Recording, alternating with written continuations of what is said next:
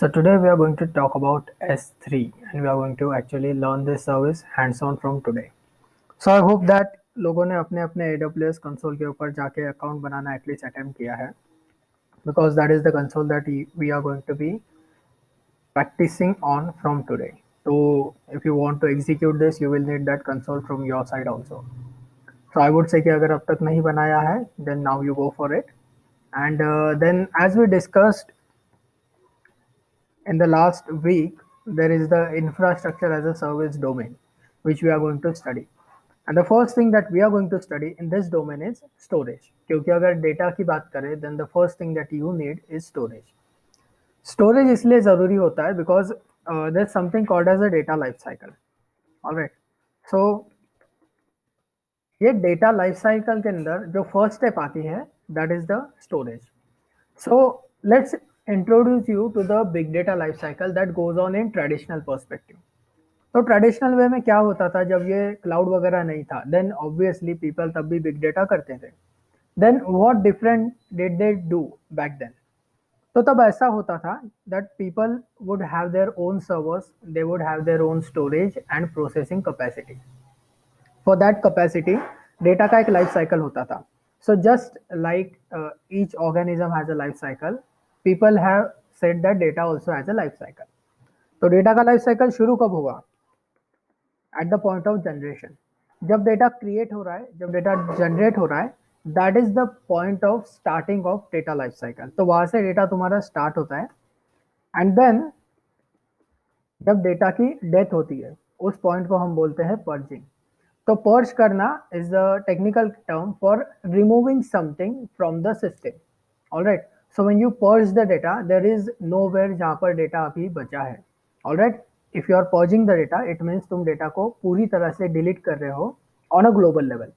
सो now data का तुम्हारे death हो रहा है at this point. The point is purging. तो इन दोनों के बीच में डेटा जहां जहां पे घूमता है, वो सारी उसकी लाइफ साइकिल होती है. So now let's understand a traditional system. तो ट्रेडिशनल सिस्टम के अंदर you might have heard about this technology. So Hadoop is the most successful big data processing technology as per today. Alright. तो ये traditional system में सबसे ज़्यादा successful रहा है. It is not the best, alright, लेकिन ये सबसे ज़्यादा सक्सेसफुल हुआ है बिकॉज इसका जो मार्केट कैप्चर है वो सबसे ज़्यादा है. Alright. And this is one of the things that is going on throughout our course, that we are going to study something that is successful rather than studying something that is best. Best technology सीख के it is doing us know good अगर वो technology market में नहीं चलती. तो market में जो टेक्नोलॉजी चल रही है, हम उसी को स्टडी करेंगे because that is the successful one. उसी तरह से हडूप ने मार्केट का जो कैप्चर किया है, that is the vast market. Alright. बहुत सारे लोगों के अभी भी हडूप पर प्रोजेक्ट चल रहे हैं. This technology practically speaking is outdated today, लेकिन the thing is market capture ratio big data के अंदर हडूप का सबसे ज़्यादा है. And if you even see the case studies of cloud computing, people have actually created ways to move Hadoop infrastructure on cloud. तो हो क्या रहा है पता है क्या? People are still using Hadoop, but पहले Hadoop जो होता था ना, उसे बोलते थे on premises slash bear metal slash servers. Alright. तो अब ये जो ऑन प्रेमिसेस और बेयर मेटल बोला जा रहा है, इसका मतलब क्या? तो प्रीमाइसेस सबको पता है. ऑलराइट. प्रीमाइसेस वर्ड तुमने सुना होगा. So what it means is a vicinity of your organization English के अंदर. तो उसी तरह से ऑन प्रीमाइसेस का मतलब होता है something that is locally stored. Alright. तो इसका मतलब सादी भाषा में अपनी local data farm, local data server. तो हर एक कंपनी का अपना अपना डेटा सेंटर होता था, डेटा सर्वर्स होते थे, और उसके ऊपर वो प्रोजेक्ट चलाते थे. That would come under on premises. The second name that is given to this technology is bare metal. तो बेयर मेटल क्यों? बेयर मतलब नंगा, मेटल मतलब धातु. Alright. So you could actually see those things. Alright. Servers जो होते थे, storage जो होता था, तुम उसको देख सकते थे क्योंकि वो डेटा सेंटर है. डेटा सेंटर के अंदर अपने को फैशन नहीं चाहिए वहाँ पे. Alright. So when you buy a PC, when you buy a laptop, उसका सर्टन शेप होता है. Alright. Square edges, round edges, then slim body, then metal है, प्लास्टिक है, उसके ऊपर डिजाइन होता है according to the innovation of company. But ये सब कब रिक्वायर्ड है? जब तुम पर्सनल लेवल पे चीज बाय कर रहे हो, when you are getting it for your personal use and you do not have the high capacity requirement. तो लो कैपेसिटी के अंदर ये सब फैशन वाली चीजें हो सकती है। But when you're saying that I'm going to use a data center, when you're saying that I'm going to use high processing, high storage system, तब तुम्हारे पास ये फैशन के लिए जगह नहीं है। तो वो सर्वर्स टोटली खुले होते हैं बिकॉज ऑब्वियसली तुम्हें उनको कूल डाउन भी रखना है। तो जितना ओपन होगा उतना कन्वेक्शन से हीट ट्रांसफर ज़्यादा होता है, फिजिक्स का प्रिंसिपल। तो उस प्रिंसिपल के हिसाब से इस सारे आर्किटेक्चर को ओपन रखा जाता था। तो it would be known as bare metal. तो ये दोनों चीज पे ट्रेडिशनल डेटा चलता था। अब ये जो ट्रेडिशनल डेटा चल रहा है, this system is now costing money to people because इसके अंदर बहुत सारी चीजें आ गई। तो सबसे पहले इसके अंदर डेटा कैसा घूमता है वो देखेंगे। तो इनके पास एक स्टोरेज होता था जिनको ये लोग बोलते थे HDFS। इस HDFS स्टोरेज के ऊपर the first point of entry of data is this storage. तो ये है तुम्हारा trade system. Alright, let's be clear again. Traditional system तुम्हारा ये है। तो इस ट्रेडिशनल के अंदर सबसे पहला डेटा आएगा HDFS के ऊपर। HDFS के ऊपर then they would store the data fully. Alright, so let's suppose कि तुम्हारा 500 टेराबाइट्स का डेटा है। ऑलराइट, 500 DB का डेटा तुम्हारे सिस्टम के अंदर है, वो सबसे पहले आएगा और पूरा का पूरा डेटा HDFS के ऊपर स्टोर होगा। Then it would move on to the second stage. तो स्टोरेज के बाद क्या आता है? You have processing. तो प्रोसेसिंग यूनिट होते थे। This processing unit is called as OLAP। Alright, तो OLAP का मतलब क्या है? There are two concept, there is OLTP and there is OLAP। तो OLTP का मतलब होता है ऑनलाइन ट्रांजैक्शनल प्रोसेसिंग, OLAP का मतलब होता है ऑनलाइन एनालिटिक्स प्रोसेसिंग। दोनों में फर्क क्या है? दोनों प्रोसेसिंग कर रहे हैं, लेकिन OLTP जो है this is less processing intensive, OLAP is heavily processing unit. तो let's say you go to Amazon.in। जब तुम Amazon.in पर जाते हो you get best sellers here. तो तुम बेस्ट सेलर पर क्लिक करते हो, now you have this list. तो ये जो लिस्ट है, ये लिस्ट कैसे आया तुम्हारे पास में? ऑलराइट, ऑब्वियसली Amazon के पास there are millions of books, और उन बुक्स में से इट इज टेलिंग अस कि बेस्ट सेलर ये है। तो ये हुआ कैसे? ये OLAP के दो स्टेजेस में हुआ। तो सबसे पहले उसने क्या सर्च किया? सबसे पहले कैटेगरी सर्च हुई बुक्स की, उसके रिजल्ट रेंडर हुए। उसके बाद में उसके ऊपर एक फिल्टर लगा। फिल्टर क्या था? Highest sellers. उसके ऊपर एक फिल्टर लगा कॉन्जंक्शन में बेस्ट रेटिंग। तो इसमें सिर्फ ये मैटर नहीं करता कि सिर्फ ज़्यादा बुक गई है क्या, उनका रेटिंग भी मैटर करता है। तो इसने एक्चुअली क्या किया? इन द बैकग्राउंड 3 सर्चेस चले, एक सर्च 2 फिल्टर। इसका जो रिजल्ट आया वो रिजल्ट था तुम्हारा best seller books.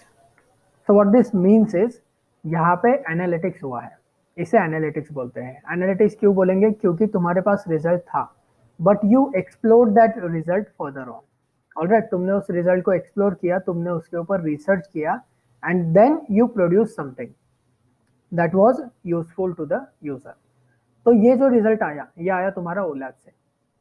Now let's consider your traditional banking account. Alright, तो बैंक का डेमोन्स्ट्रेशन दे नहीं सकते because this happens on their side.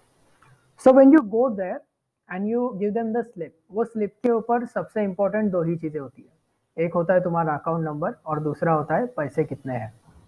तो वो बंदा देखता है, वो जो ब्रांच वगैरह हम डालते हैं ना, those are just redundant details. जब भी तुम ट्रांसफर करते हो मोबाइल से, सपोज तुमको किसी के अकाउंट में ट्रांसफर करना है, तो वो तुम्हें ब्रांच वगैरह नहीं पूछता, वो बस IFSC पूछता है। वो IFSC वैलिडेशन के लिए होता है and then apart from it उसको दूसरे डिटेल्स से लेना देना नहीं होता। तुम कभी उसके अंदर नाम मिडल नेम छोड़ दो चल जाएगा, मिडल नेम इनिशियल डालो चल जाता है, पूरा डालो चल जाता है। दैट मीन्स कि वहाँ पर नाम भी कुछ हद तक इररिलेवेंट है। और ये जो नोटिफिकेशन है ये हमें फ़ोन पे और स्टैंडर्ड जो प्रोसेसिंग बैंक्स है वो हमें देते हैं कि तुम्हारा जो मेन यूनिट है यहाँ पर that is your account number. तो IMPS इनिशिएट होगा तुम्हारे अकाउंट नंबर से, उसको चेक कर लो। अगर अकाउंट नंबर सही है तो ही प्रोसीड करो, otherwise it is solely dependent upon you कि तुम कुछ गलती कर रहे हो। तो IMPS में वो क्या करता है? बैंक अकाउंट लेता है, then it tallies with the IFSC code, वो बस वैलिडेशन के लिए होता है और अल्टीमेटली उस बैंक अकाउंट में पैसे जाते हैं। इससे हमें समझता है कि जब हम ब्रांच में जा रहे हैं वहाँ पर तो हम IFSC नहीं डालते। सो obviously none of the details that are given on the slip are actually valid, उनका कोई रिक्वायरमेंट भी नहीं होता। हम जो इतना भर के देते हैं उसको नोटों का विवरण एटसेट्रा एटसेट्रा, वो सारा टाइम पास होता है। लेकिन हमारा सिस्टम ही वैसा है बहुत सारा कि जो टाइम पास पहले ज़रूरी था अभी ज़रूरी नहीं है, वो भी हो रहा है। तो अभी क्या होता है, बेसिकली वो बंदा बंडल डालता है, इट काउंट्स अप, काउंट होने के बाद में उसके पास आंकड़े आ जाते हैं, वो बस गिन लेता है, टोटल सिस्टम ऐड कर देता है। वो ऐड करने से पहले जब वो तुम्हारा अकाउंट नंबर लिया ना, अकाउंट नंबर उसके पास एक सॉफ्टवेयर है, वो सॉफ्टवेयर में बस अकाउंट नंबर इनपुट किया, एंटर हिट किया और तुम्हारा वहाँ पे अकाउंट खुल गया। इस प्रोसेस को बोलेंगे OLTP। OLTP क्यों बोलेंगे? क्योंकि यहाँ पर ट्रांजैक्शन हो रहा है। ऑलराइट, अब इनके प्रॉपर्टीज है, OLAP के प्रॉपर्टीज है और OLTP के भी प्रॉपर्टीज है। तो इसके अंदर the properties you need to study are acid. तो एसिड प्रॉपर्टी क्या है ये जाकर देखना, these are related to OLTP। इसी की वजह से बैंक के ट्रांजैक्शन OLTP रखे गए हैं, क्योंकि acid is something which is required for financial transaction.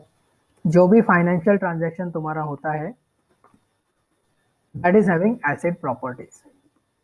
Alright, तो ये एसिड प्रॉपर्टीज क्या है? दीज आर 4 प्रॉपर्टीज, इनको पढ़ना तो यू विल अंडरस्टैंड देम। तो ये OLTP और OLAP समझ गया। तो OLAP में एक बात ठीक है कि सबसे ज़्यादा प्रोसेसिंग हो रही है OLAP के अंदर। सो सिमिलरली Hadoop का जो प्रोसेसिंग यूनिट होता है, that processing unit is comprising of OLAP। तो ये OLAP करता है, लेकिन OLAP का एक लिमिटेशन है। OLAP तुम 500 TB के ऊपर नहीं कर सकते। ऑलराइट, देखो इतना हैवी जो कंप्यूटेशन होता है ना, you can not do it on a 500 TB storage at once. क्यों नहीं कर सकते? सबसे पहली बात, तुम्हें प्रोसेसर्स एक्सपोनेंशियली हाई लगेंगे।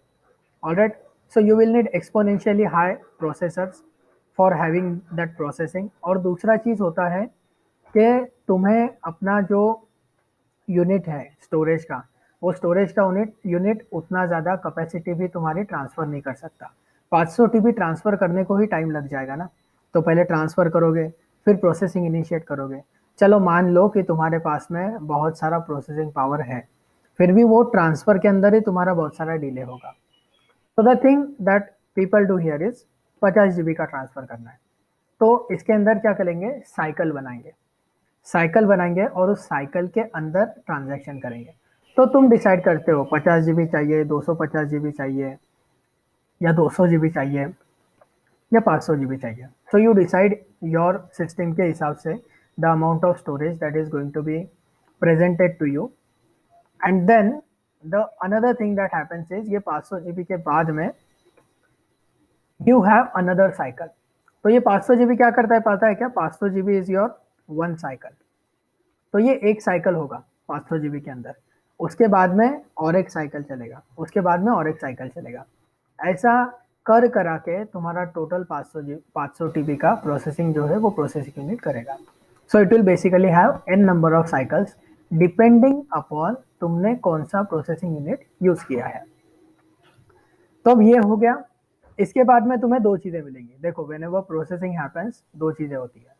एक साइड से गन्ना जाता है तो नीचे से जूस आएगा और आगे से ट्रैश आएगा, राइट? तो यहाँ भी वही होगा। एक एक तो तुम्हें फिल्टर्ड रिजल्ट मिलेगा, अ डिजायर्ड प्रोडक्ट, और जो दूसरा प्रोडक्ट आएगा दैट विल बी ट्रैश। तो यहाँ पर भी हमें जो फिल्टर्ड प्रोडक्ट मिलता है, फिल्टर्ड स्लैश क्लीन डेटा बोला जाता है उसे, ये क्लीन डेटा आगे जाकर यूज होता है बिजनेस इनसाइट बनाने के लिए। अब बिजनेस इनसाइट क्या होता है ये सबको पता है।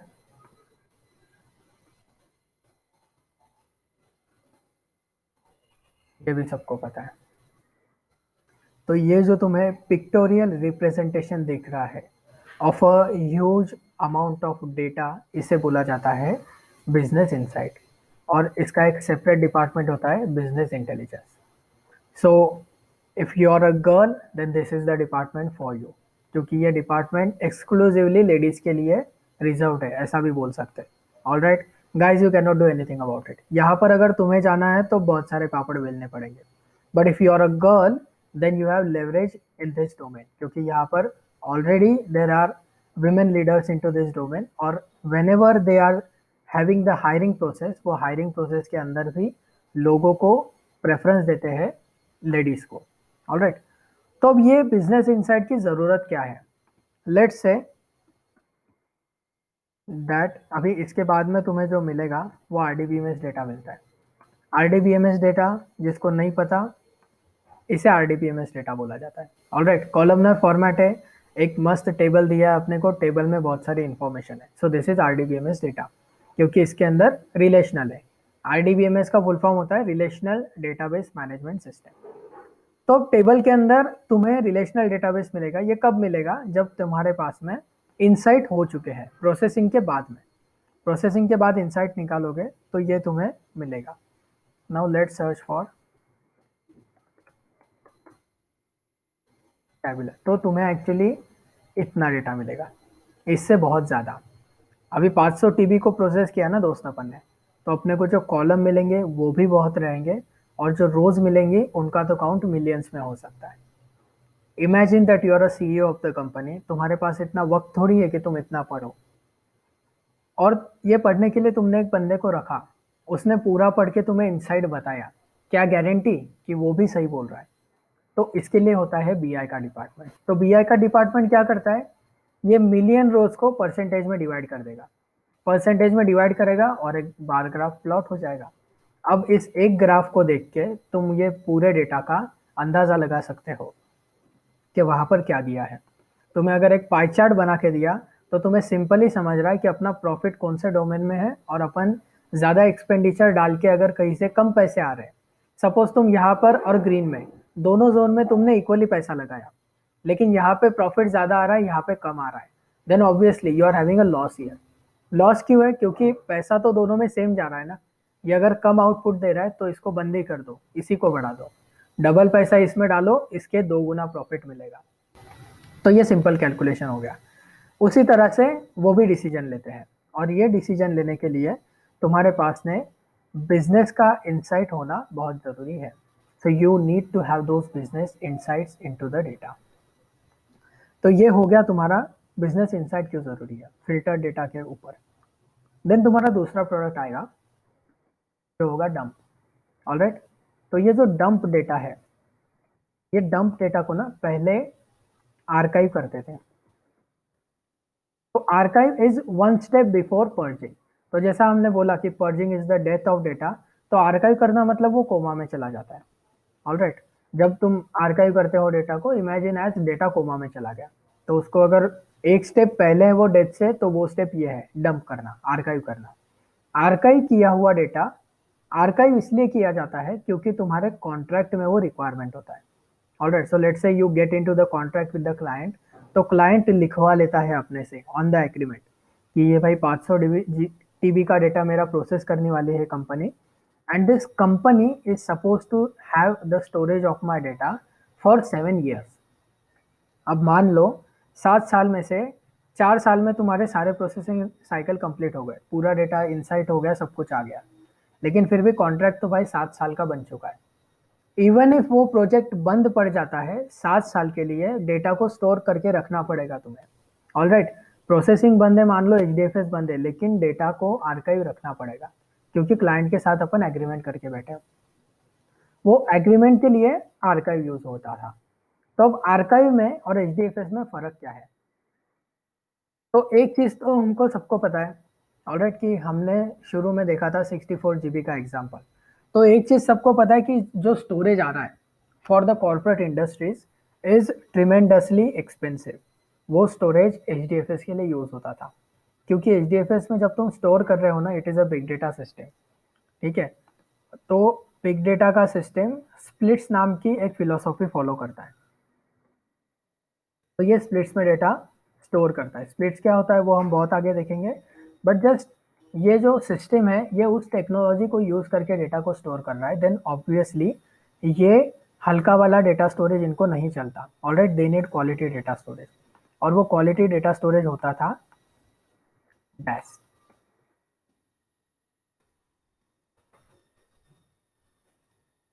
Are we getting dash storage here? No. तो सर्च फॉर दिस, तो तुम्हें सर्वर्स मिलेंगे, ऑलराइट, जो कि डेटा को स्टोर करते थे। ये कब के हैं? ये ट्रेडिशनल है, ऑलराइट, ये ट्रेडिशनल सर्वर वाले स्टोरेज है जो तब यूज हो रहे थे। तो इसके लिए इनकी प्राइस भी कम मिलेगी क्योंकि पुराने हो गए, ऑलराइट। तो ये स्टोरेज तब यूज होते थे बहुत ह्यूज कैपेसिटी में। और इनके अपोजिट में एक था टेप ड्राइव। तो ये सबसे सस्ता वाला स्टोरेज था उस जमाने में और सबसे ड्यूरेबल था। तो इसको और एक वर्ड था, इसको बोला जाता था वॉल्ट।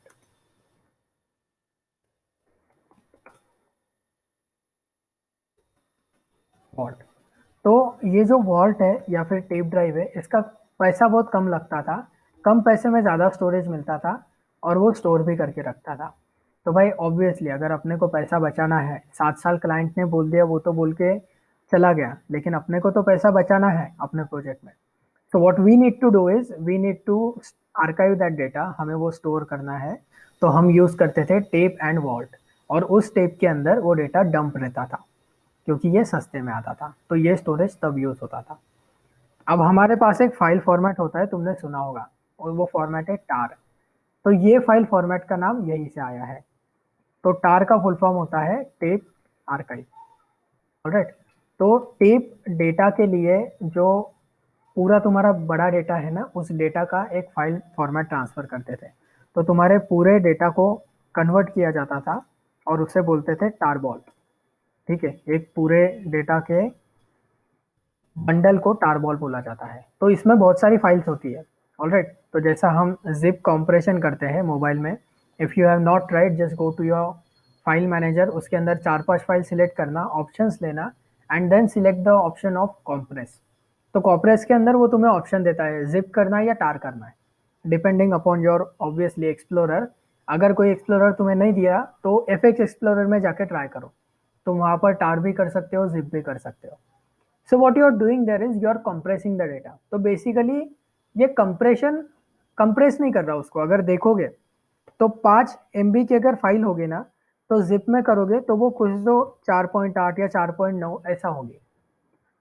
तो this is not actually compression, लेकिन यहाँ पर तुम्हें एक बेनिफिट मिल रहा है, और वो बेनिफिट है singular upload and singular transfer का।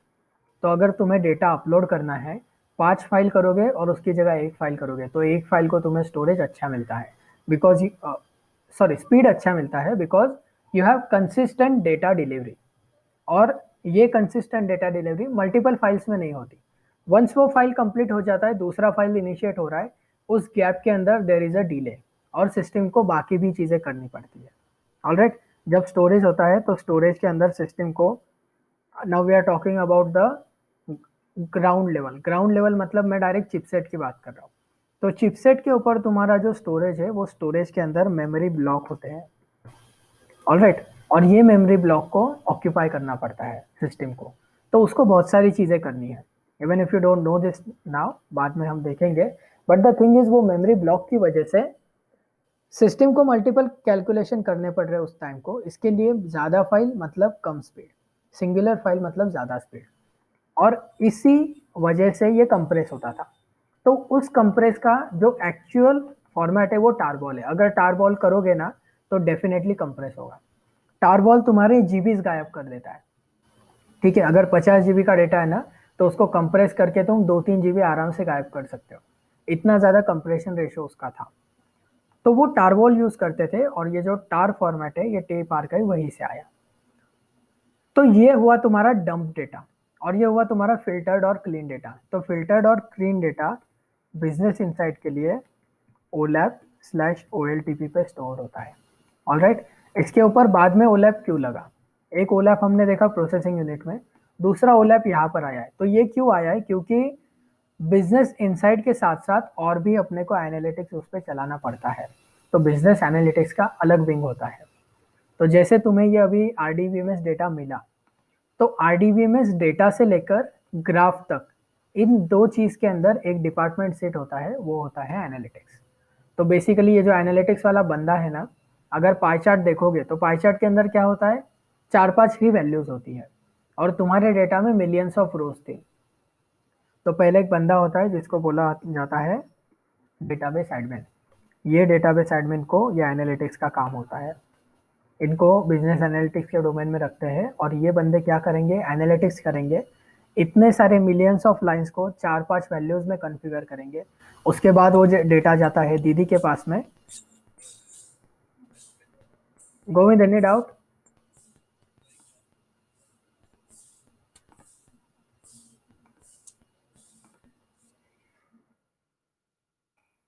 तो वो बाद में जाएगा दीदी के पास में। दीदी बिजनेस इनसाइट के विंग में है, तो दीदी उस 5-6 नंबर्स को लेंगी, उनको ब्यूटीफाई करेंगी, उसका ग्राफ बनेगा, बार ग्राफ बनेगा, एंड देन उसके साथ एक रिपोर्ट बनाएगी।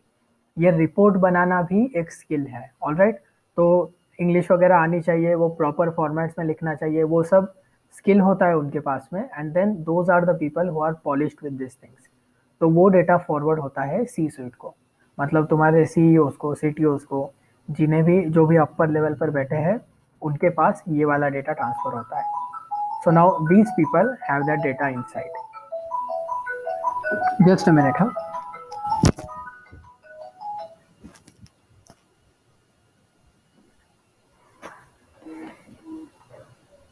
Alright. So now that is your data life cycle. तो ये डेटा लाइफ साइकिल के अंदर इतनी सारी चीज़ें आती हैं। पहली बात तो इतनी समझ गई अपने को, जो एक्चुअली इंपॉर्टेंट बात थी वो ये स्टोरेज कहाँ पर शुरू हुआ। डेटा तुम्हारा शुरू हुआ स्टोरेज पर। तो हम एक एक करके इसी डेटा लाइफ साइकिल के कंपोनेंट देखेंगे। Components of what? Components of the cloud. तो इनके जो इक्विवेलेंट कंपोनेंट्स है जो कि क्लाउड पर सेट होते हैं, we are going to look at those components.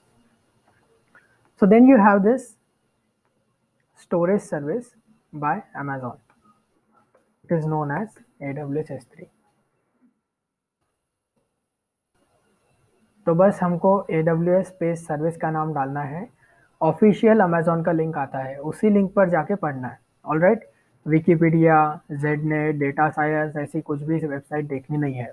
वो बिजनेस मीडिया वाला लेक्चर ध्यान में रखना है लास्ट तक।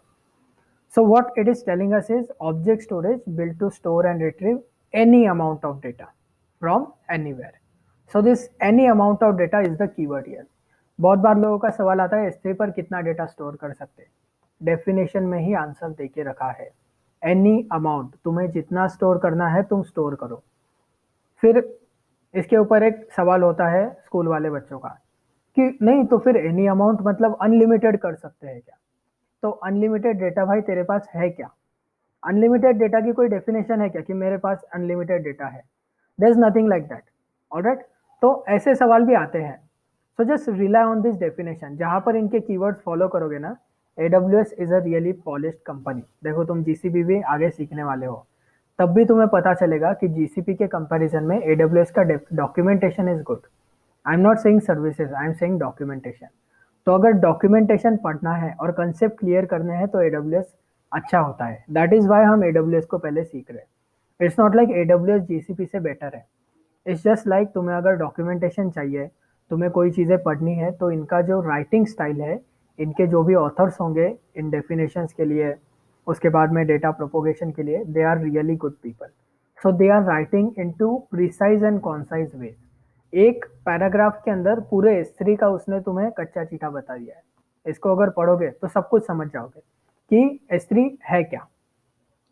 So basically it tells us that AWS is simple storage service. तो ये फुल फॉर्म कभी लोगों को बोलने का नहीं है, बिकॉज वंस यू से सिंपल, लोगों को लगता है कि ये इजी है। और जो इजी है वो लोगों को, टेक्निकल लोगों को जनरली दे थिंक कि अपने को सिंपल काम तो करना ही नहीं है, अपन तो बड़ी बड़ी चीजें करने के लिए पैदा हुए, तो अपन सिंपल चीज क्यों सीखे। ये मेंटेलिटी होता है। So don't say simple storage service anywhere, S3 बोलना है। व्हेन यू से S3 you sound more technical. तो S3 क्या है? It is an object storage service.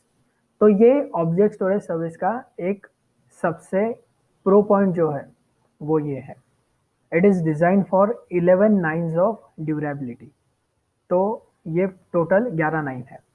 तो S3 क्या बोल रहा है? S3 बोल रहा है यू हैव ये वाला ड्यूरेबिलिटी। इसका मतलब क्या हुआ? इसका मतलब यहाँ पर दिया होगा, हाँ, इसका मतलब देता है कि ये स्टोर करेगा डेटा को। तो जब तुम मिलियंस ऑफ टाइम्स उसको एक्सेस करोगे ना, तो मिलियन में से एक बार तुम्हें डेटा नहीं मिलेगा भाई। ऑलराइट, मिलियन टाइम एक्सेस करोगे, उसमें से एक बार नहीं मिलेगा। और इसका भी ड्यूरेशन है ईयर्स का, तो दे से कि 100 साल के अंदर ये एक बार फेल होगा। So now the question is, if they are saying कि 100 ईयर्स के अंदर ये एक बार फेल होगा, और अगर इसको देखोगे तो एक्चुअली हमें पता है कि 2 के आगे अगर रिकरिंग डिजिट ज़्यादा है तो उसको हम क्या करते हैं, 100% कंसिडर करते हैं। तो इन्होंने ये 9 रिकरिंग डिजिट्स लिए। Alright, these two, living these two, ये 9 रिकरिंग डिजिट्स है। तो 9 बार 9 को रिकरिंग किया, ऐसा क्यों किया? The reason is god. Last time भी हमने देखा था। तो कंपनीज को ये बात पता है, you should never play God. Play God का मतलब क्या है? मैंने ये चीज किया है, इसका तोड़ है ही नहीं। ऑलराइट, तो टाइटैनिक बनाने वालों ने क्या बोला कि Titanic is the best ship there is and there ever will be. Titanic के आगे ग्रेटेस्ट इन्वेंशन आगे भी नहीं होगा, ऐसा बोलने लग गए थे वो लोग। And what they claimed is, ये शिप कभी डूबेगा नहीं। एंड अपेरेंटली भगवान को मजाक करने का था, तो वो शिप उसके पहले ही फ्लाइट में डूब गया। ऑलराइट, तो दैट वाज अ की driving point for people. Govind, do you have any questions? Hello Govind, do you have any questions?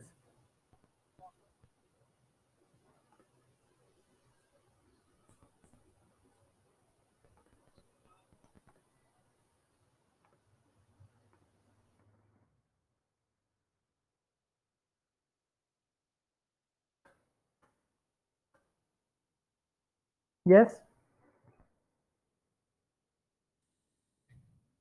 I thought you had any questions. ठीक है, ठीक है, okay.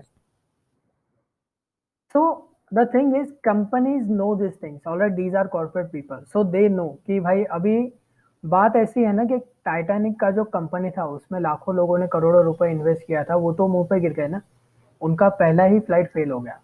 So one thing that humanity learn from that point is, you should never play God, you should never claim कि ये होगा ही नहीं, ऐसा हो ही नहीं सकता। Alright, so people don't claim that. Scientific people always talk in possibilities. तो वो पॉसिबिलिटी बोलते हैं कि भाई I have discovered this thing, I have created this thing, so there is a possibility कि ये 99 साल चलेगा without failure. There is a possibility कि ये 30 दिन में चांद पर पहुंच जाएगा। देर इज अ पॉसिबिलिटी कि ये चांद पर लैंड करेगा। दे डोंट से कि यहाँ से निकला है तो चांद पर जाके ही रुकेगा। Alright, so they start speaking in possibilities, and this thing AWS also new very well. So what they said is, they said कि 100 साल में एक बार फेल हो सकता है, millions of number of access में एक बार फेल होगा। तो हम क्या दे रहे हैं, हम तुम्हें 11/9 का गारंटी दे रहे हैं, इससे ज्यादा तुम्हें कोई नहीं दे सकता। लेकिन हम ऐसा भी नहीं बोल रहे कि वी आर गॉड, हम ऐसा नहीं बोल रहे कि तुम्हें 100% मिलेगा। ऑलराइट, तो ये 11/9 और 100% का ये डिफरेंस है। तो उन लोग बोलते हैं कि we are giving you 11/9 of guarantee. और जब S3 मार्केट में आया था, then this was the biggest thing for S3। तो हमने 2-3 बार ये डिस्कस किया कि Netflix is relying on cloud, Netflix uses cloud. तो now look at the service that S3 uses. तो तुम्हें सर्च नहीं करना है कंपनी का नाम, S3 AWS कस्टमर सक्सेस, पहला ही तुम्हें नेटफ्लिक्स मिलेगा। ऑलराइट, तो मैंने नेटफ्लिक्स का नाम डाला भी नहीं है, इट विल कम हियर। तो इस वीडियो को ओपन करोगे, you will get this video and this guy is explaining कि नेटफ्लिक्स S3 पर कैसे रिलाई करता है।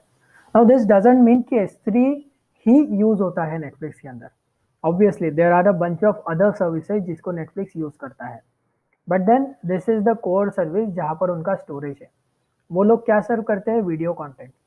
तो वीडियो कंटेंट सर्व करने करने के अंदर प्रोसेसिंग तो आया नहीं।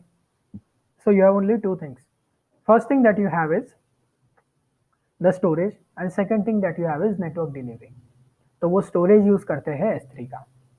तो अभी ये वीडियो देखोगे देन तुम्हें समझेगा कि ये कस्टमर सक्सेस स्टोरी है। लेकिन कोई ना कोई एक ऐसा होशियार बच्चा होता है जो जाके देखता है कि भाई ये तो 2012 का वीडियो है, तो 2020 में क्यों देखने का। तो वैसे बच्चों के लिए यहाँ पे साइड को और एक वीडियो आ जाएगा, which will give you another video by Netflix depending upon their AWS invention। अभी इसमें भी अगर कोई ऐसा होगा कि ये तो 2015 का है, तो उनके लिए और एक वीडियो आएगा। और नाउ ये वीडियो है 2018 का। So consistently from 10 years they are using AWS. All right, एक बात होती है कि whenever a company starts using certain service, तो 6 मंथ्स का पीरियड होता है पीओसी का, जैसे कंसेप्ट ऑफ पीओसी। तो वो पहले 6 महीना पीओसी करते हैं थोड़े से बंच ऑफ डेटा पर, और वो रिजल्ट देते हैं कि अपने को रिजल्ट कैसे मिल रहे हैं। ये 6 महीने में ना वो एक कंपनी के साथ नहीं कर रहे होते, उन्होंने 2-3 कंपनीज के साथ ट्रायल शुरू किया होता है। तो वो एक्चुअली 2-3 कंपनीज के पास जाते हैं, सबके साथ उनके टॉक्स चलते हैं और टेक्निकल मैटर के ऊपर पीओसी चलता है। फिर 6 महीने के बाद उनके पास रिजल्ट आता है कि भाई अभी रिजल्ट कैसा है। उस रिजल्ट के बाद में 6 महीने लगते हैं कॉन्ट्रैक्ट के लिए। तो 6 महीने कॉन्ट्रैक्ट में जाएंगे, सारे प्रपोजल्स ड्राफ्ट होंगे, कुछ ऊंच नीच होती है वो फिक्स होगी, फाइनल कॉन्ट्रैक्ट होगा। डेटा माइग्रेशन के लिए भी बहुत टाइम लगता है।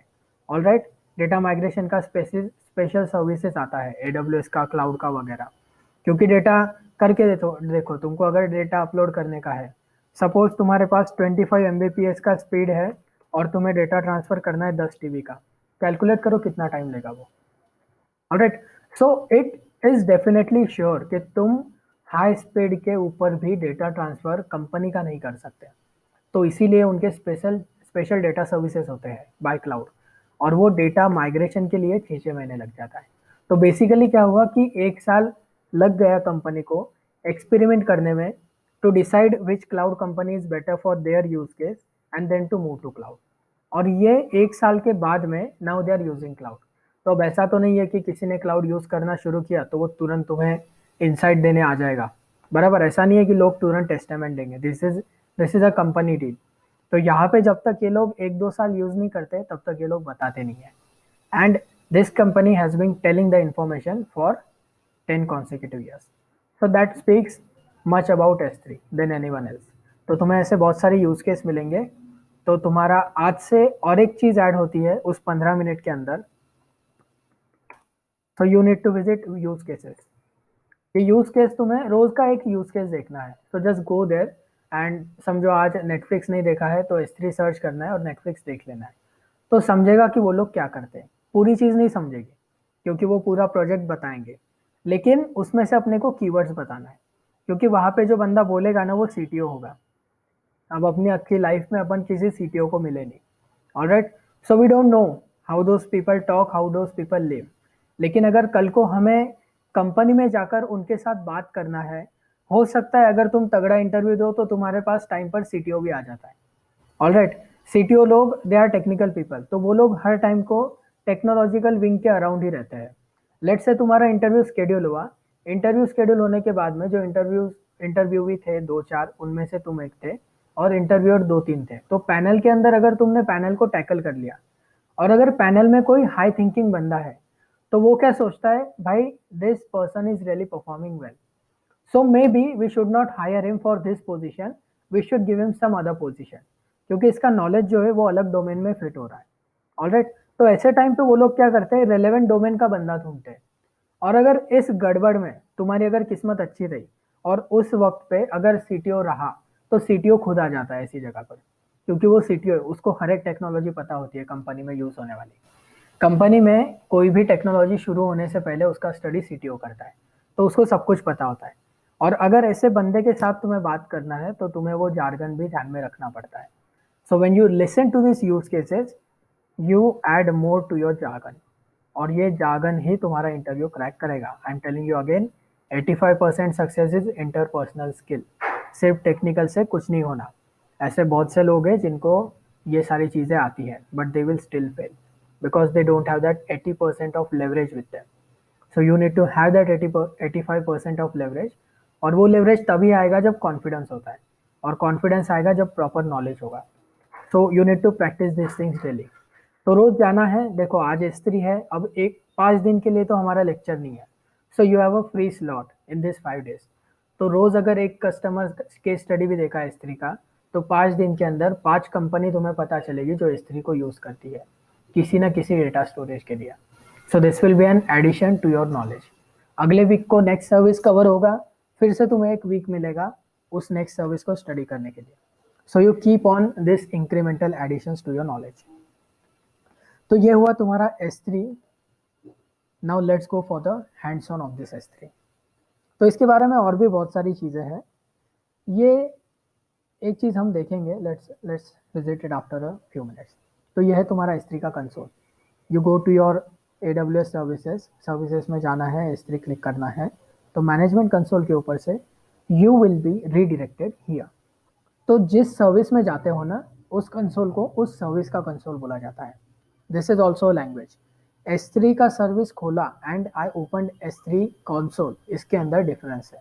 Alright, so if you want to speak also you say that I went to S3 console and then I face this error.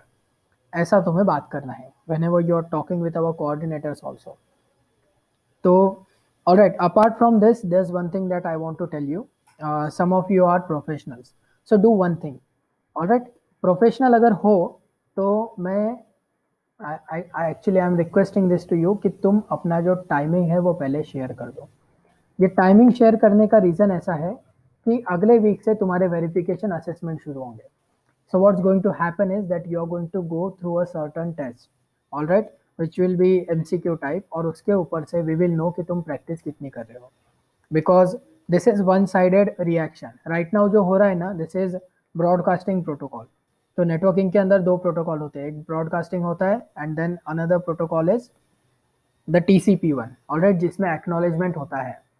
तो तुम्हें वो एक्नॉलेजमेंट चाहिए है, ऑलराइट, और वो एक्नॉलेजमेंट तुम्हारे साइड से तभी मिलेगा जब तुम वो MCQ को अटेंड करोगे और हमें पता चलेगा कि तुम लोग MCQ जो है उसके ऊपर से तुम लोग स्टडी कितना कर रहे हो। तो वो चीज़ के लिए we need your help with this thing. तो verification assessment are actually your help to us and you need to do that help. तो वेरिफिकेशन असेसमेंट करोगे, हमें पता चलेगा कि टेक्निकल बेसिस के ऊपर तुम कहाँ पहुँचे हो। देन तुम्हें अगर डॉक्यूमेंटेशन प्रोवाइड करना है, you are having certain hindrances, then we can talk about it. And basically everything that we are doing is going to be on a corporate level. तो corporate level के ऊपर अगर जाना है तो तुम्हें corporate के level के हिसाब से ही रहना पड़ेगा।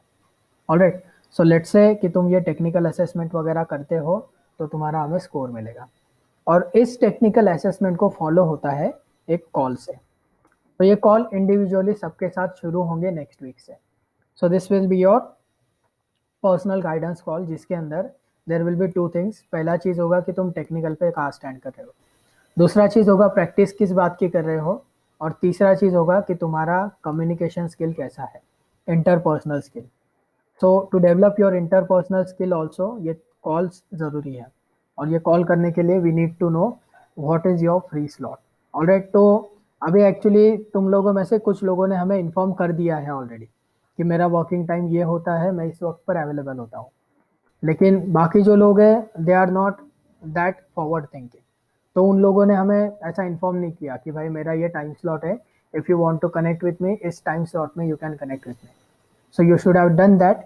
लेकिन we are asking you right now कि अगर तुम्हारे पास ऐसा है कुछ तो you just inform that to us. And the second thing is, अगर कोई शिफ्ट में काम कर रहा है और तुम्हारा शिफ्ट कल जाके चेंज हो जाता है, then now it is your responsibility to let us know about your connection timing, so that हम उस टाइम को मैनेज करके we will communicate with you, because ultimately ये लेक्चर अटेंड करने से there is no guarantee कि तुम practice कर रहे हो या फिर तुम्हें कुछ आ रहा है। तो जो बंदा प्रैक्टिस करेगा उसका वो कॉल के ऊपर से और असेसमेंट के ऊपर से हमें नॉलेज हो जाएगा। So just communicate that information, group पे डाल सकते हो। अगर किसी को लगा कि पर्सनली मैसेज करना है तो कोऑर्डिनेटर को, एडमिन्स को पर्सनली मैसेज कर दो, but just relay your timings so that we can communicate over those call. And remember कि ये जो अपना लेक्चर है ना, this is, I would say this is 20 to 25% of the sessions, this is 20 to 25% of the knowledge. जो तुम्हें knowledge मिलने वाला है एक्चुअली वो उन कॉल से मिलेगा। तो get done with that thing and then let's visit our S3 again. तो ये S3 के अंदर now what we have is this console. तो ये कंसोल के अंदर you need to go to create bucket. तो क्रिएट बकेट के ऊपर जाना है and now there is a question for you to explore कि S3 के अंदर बकेट क्यों नाम दिया गया है। Why don't they call it as something else, ये इसको बकेट क्यों बोलते हैं। तो इसका आंसर एक्सप्लोर करके देखो। If you get this answer अगले वीक में बताना या फिर ग्रुप के ऊपर टेक्स्ट करना। सो this will give you a new perspective into this domain कि इसको बकेट क्यों बोला जाता है। टर्मिनोलॉजी, एक बात तो हमें समझ गई कि whatever they are using they are very well thinking about that terminology. So the question is why did they use the word bucket here. इसको एक्सप्लोर करोगे तो समझेगा. So first thing that comes here is bucket name. तो bucket name में तुम्हें जो देना है ना, वो देना है तुम्हें ग्लोबल चीज. तो यहाँ पर अगर वार्निंग के ऊपर क्लिक करोगे तो ये तुम्हें एक मैसेज देगा, and the message is the bucket name must be unique across all existing bucket names in S3. तो इसको हमारी भाषा में हम बोलते हैं global name space. So what S3 follows is a global name space. Global name space का मतलब क्या, ये तुम्हें गाउटी भाषा में बता रहा है, मैंने तुम्हें शुद्ध भाषा में बताया. तो ग्लोबल नेम स्पेस के फॉलो करता है. इसका मतलब क्या, लेट्स से राहुल नाम का बकेट बनाते हैं. Alright, now S3 is a global service. ये S3 का कंसोल है, देखो यहाँ पर क्या आ रहा है, ग्लोबल. अगर मैं AWS के कंसोल में जाता हूँ, देखो ये रीजन बताएगा Mumbai, and then there are this switches. लेकिन if you go to S3 it doesn't give you a switch, it tells you it's a global service. So we have already seen global regional क्या है, but when you create bucket ये तुम्हें region पूछता है. So now the thing is, इसके पीछे का logic क्या है, ये क्या लफड़ा है कि ये अपने को रीजन भी पूछ रहा है और अपन कंप्लायंस में बोल रहे हैं कि ये ग्लोबल नेम स्पेस भी है. So the basic thing is, S3 जब तुम्हें 11.9 का गारंटी देता है ना, तो ये 11.9 का गारंटी कहाँ आ रहा है पता है क्या, बिहाइंड द सीन्स तुम्हारे डेटा के 9 रेप्लिकास होने वाले हैं. ऑलराइट, दैट 8 रेप्लिकास होंगे एक्चुअली, एक तुम्हारा ओरिजिनल कॉपी रहेगा और ये 9 कॉपी स्टोर करता है. तो S3 को इतनी छाती ठोक के गारंटी इसके लिए है कि तुम्हें 11.9 ड्यूरेबिलिटी मिलेगी, क्योंकि they are creating 9 copies of something that you are storing for once. तो तुम डेटा स्टोर करते हो 1 GB का, तुम्हें पैसा भी लगता है 1 GB का, लेकिन S3 actually storage space use करेगा 9 GB का, वो उसके 8 कॉपी सेपरेट बनाएगा. And that's why they know कि कुछ भी हो जाए, I am going to provide data to my customer. Alright, एक जगह जगह पे अर्थक्वेक आएगा, दूसरी पे टोर्नेडो आएगा, तीसरी पे सुनामी आएगी, लेकिन there can not be 8 data center failures. And that's why they know कि 9 रेप्लिका है, इसके लिए 11.9 का जो ड्यूरेबिलिटी है that is going to be on their side. That's why उनका ये कॉन्फिडेंस है. तो ओरिजिनलिटी होती है तो कॉन्फिडेंस आता है, ओरिजिनलिटी नहीं होती तो कॉन्फिडेंस का प्रॉब्लम आता है. सो इसके लिए एक जो बेस तुम्हारा होता है ना रीजन, वो रीजन तुम्हें सिलेक्ट करना पड़ता है बकेट का, और वो रीजन यहाँ पे तुम सिलेक्ट कर सकते हो. So you can select the region. अब यहाँ पे कुछ देखो डिसेबल्ड आ रहे हैं. So these are disabled on account basis, not on the AWS basis. तो अगर तुम्हें इनका रिक्वेस्ट करना है, अगेन तुम इसका रिक्वेस्ट कर सकते हो. So let's say we select Asia Pacific now, then we go to next. यहाँ पर एक चीज़ है कि copy setting from an existing bucket. तो लेट्स से तुम कंपनी में काम कर रहे हो, तो कंपनी में कैसा होगा, कंपनी में तुम्हारे पास ना एक गाइड शीट आता है, और ये गाइड शीट के ऊपर तुम्हें गाइडेंस दिया रहेगा रिगार्डिंग S3. गाइडेंस कैसा होता है, तुम्हारा क्लाइंट है जिसका नाम है डेव, उसका प्रोजेक्ट है, उसके प्रोजेक्ट का नाम है एलिक्सिर. तो तुम्हें क्या गाइडेंस आएगा, तुम्हें गाइडेंस आएगा कि भाई तुम्हें जो S3 का नाम देना है ना, वो इस तरह से देना है. So your name is going to start with Elixir, then you are going to enter US, क्योंकि तुम्हारा क्लाइंट अपेरेंटली US है. Then you are going to enter dev/test/prod, जो भी डिपार्टमेंट है, and then you are going to enter the name of the actual bucket.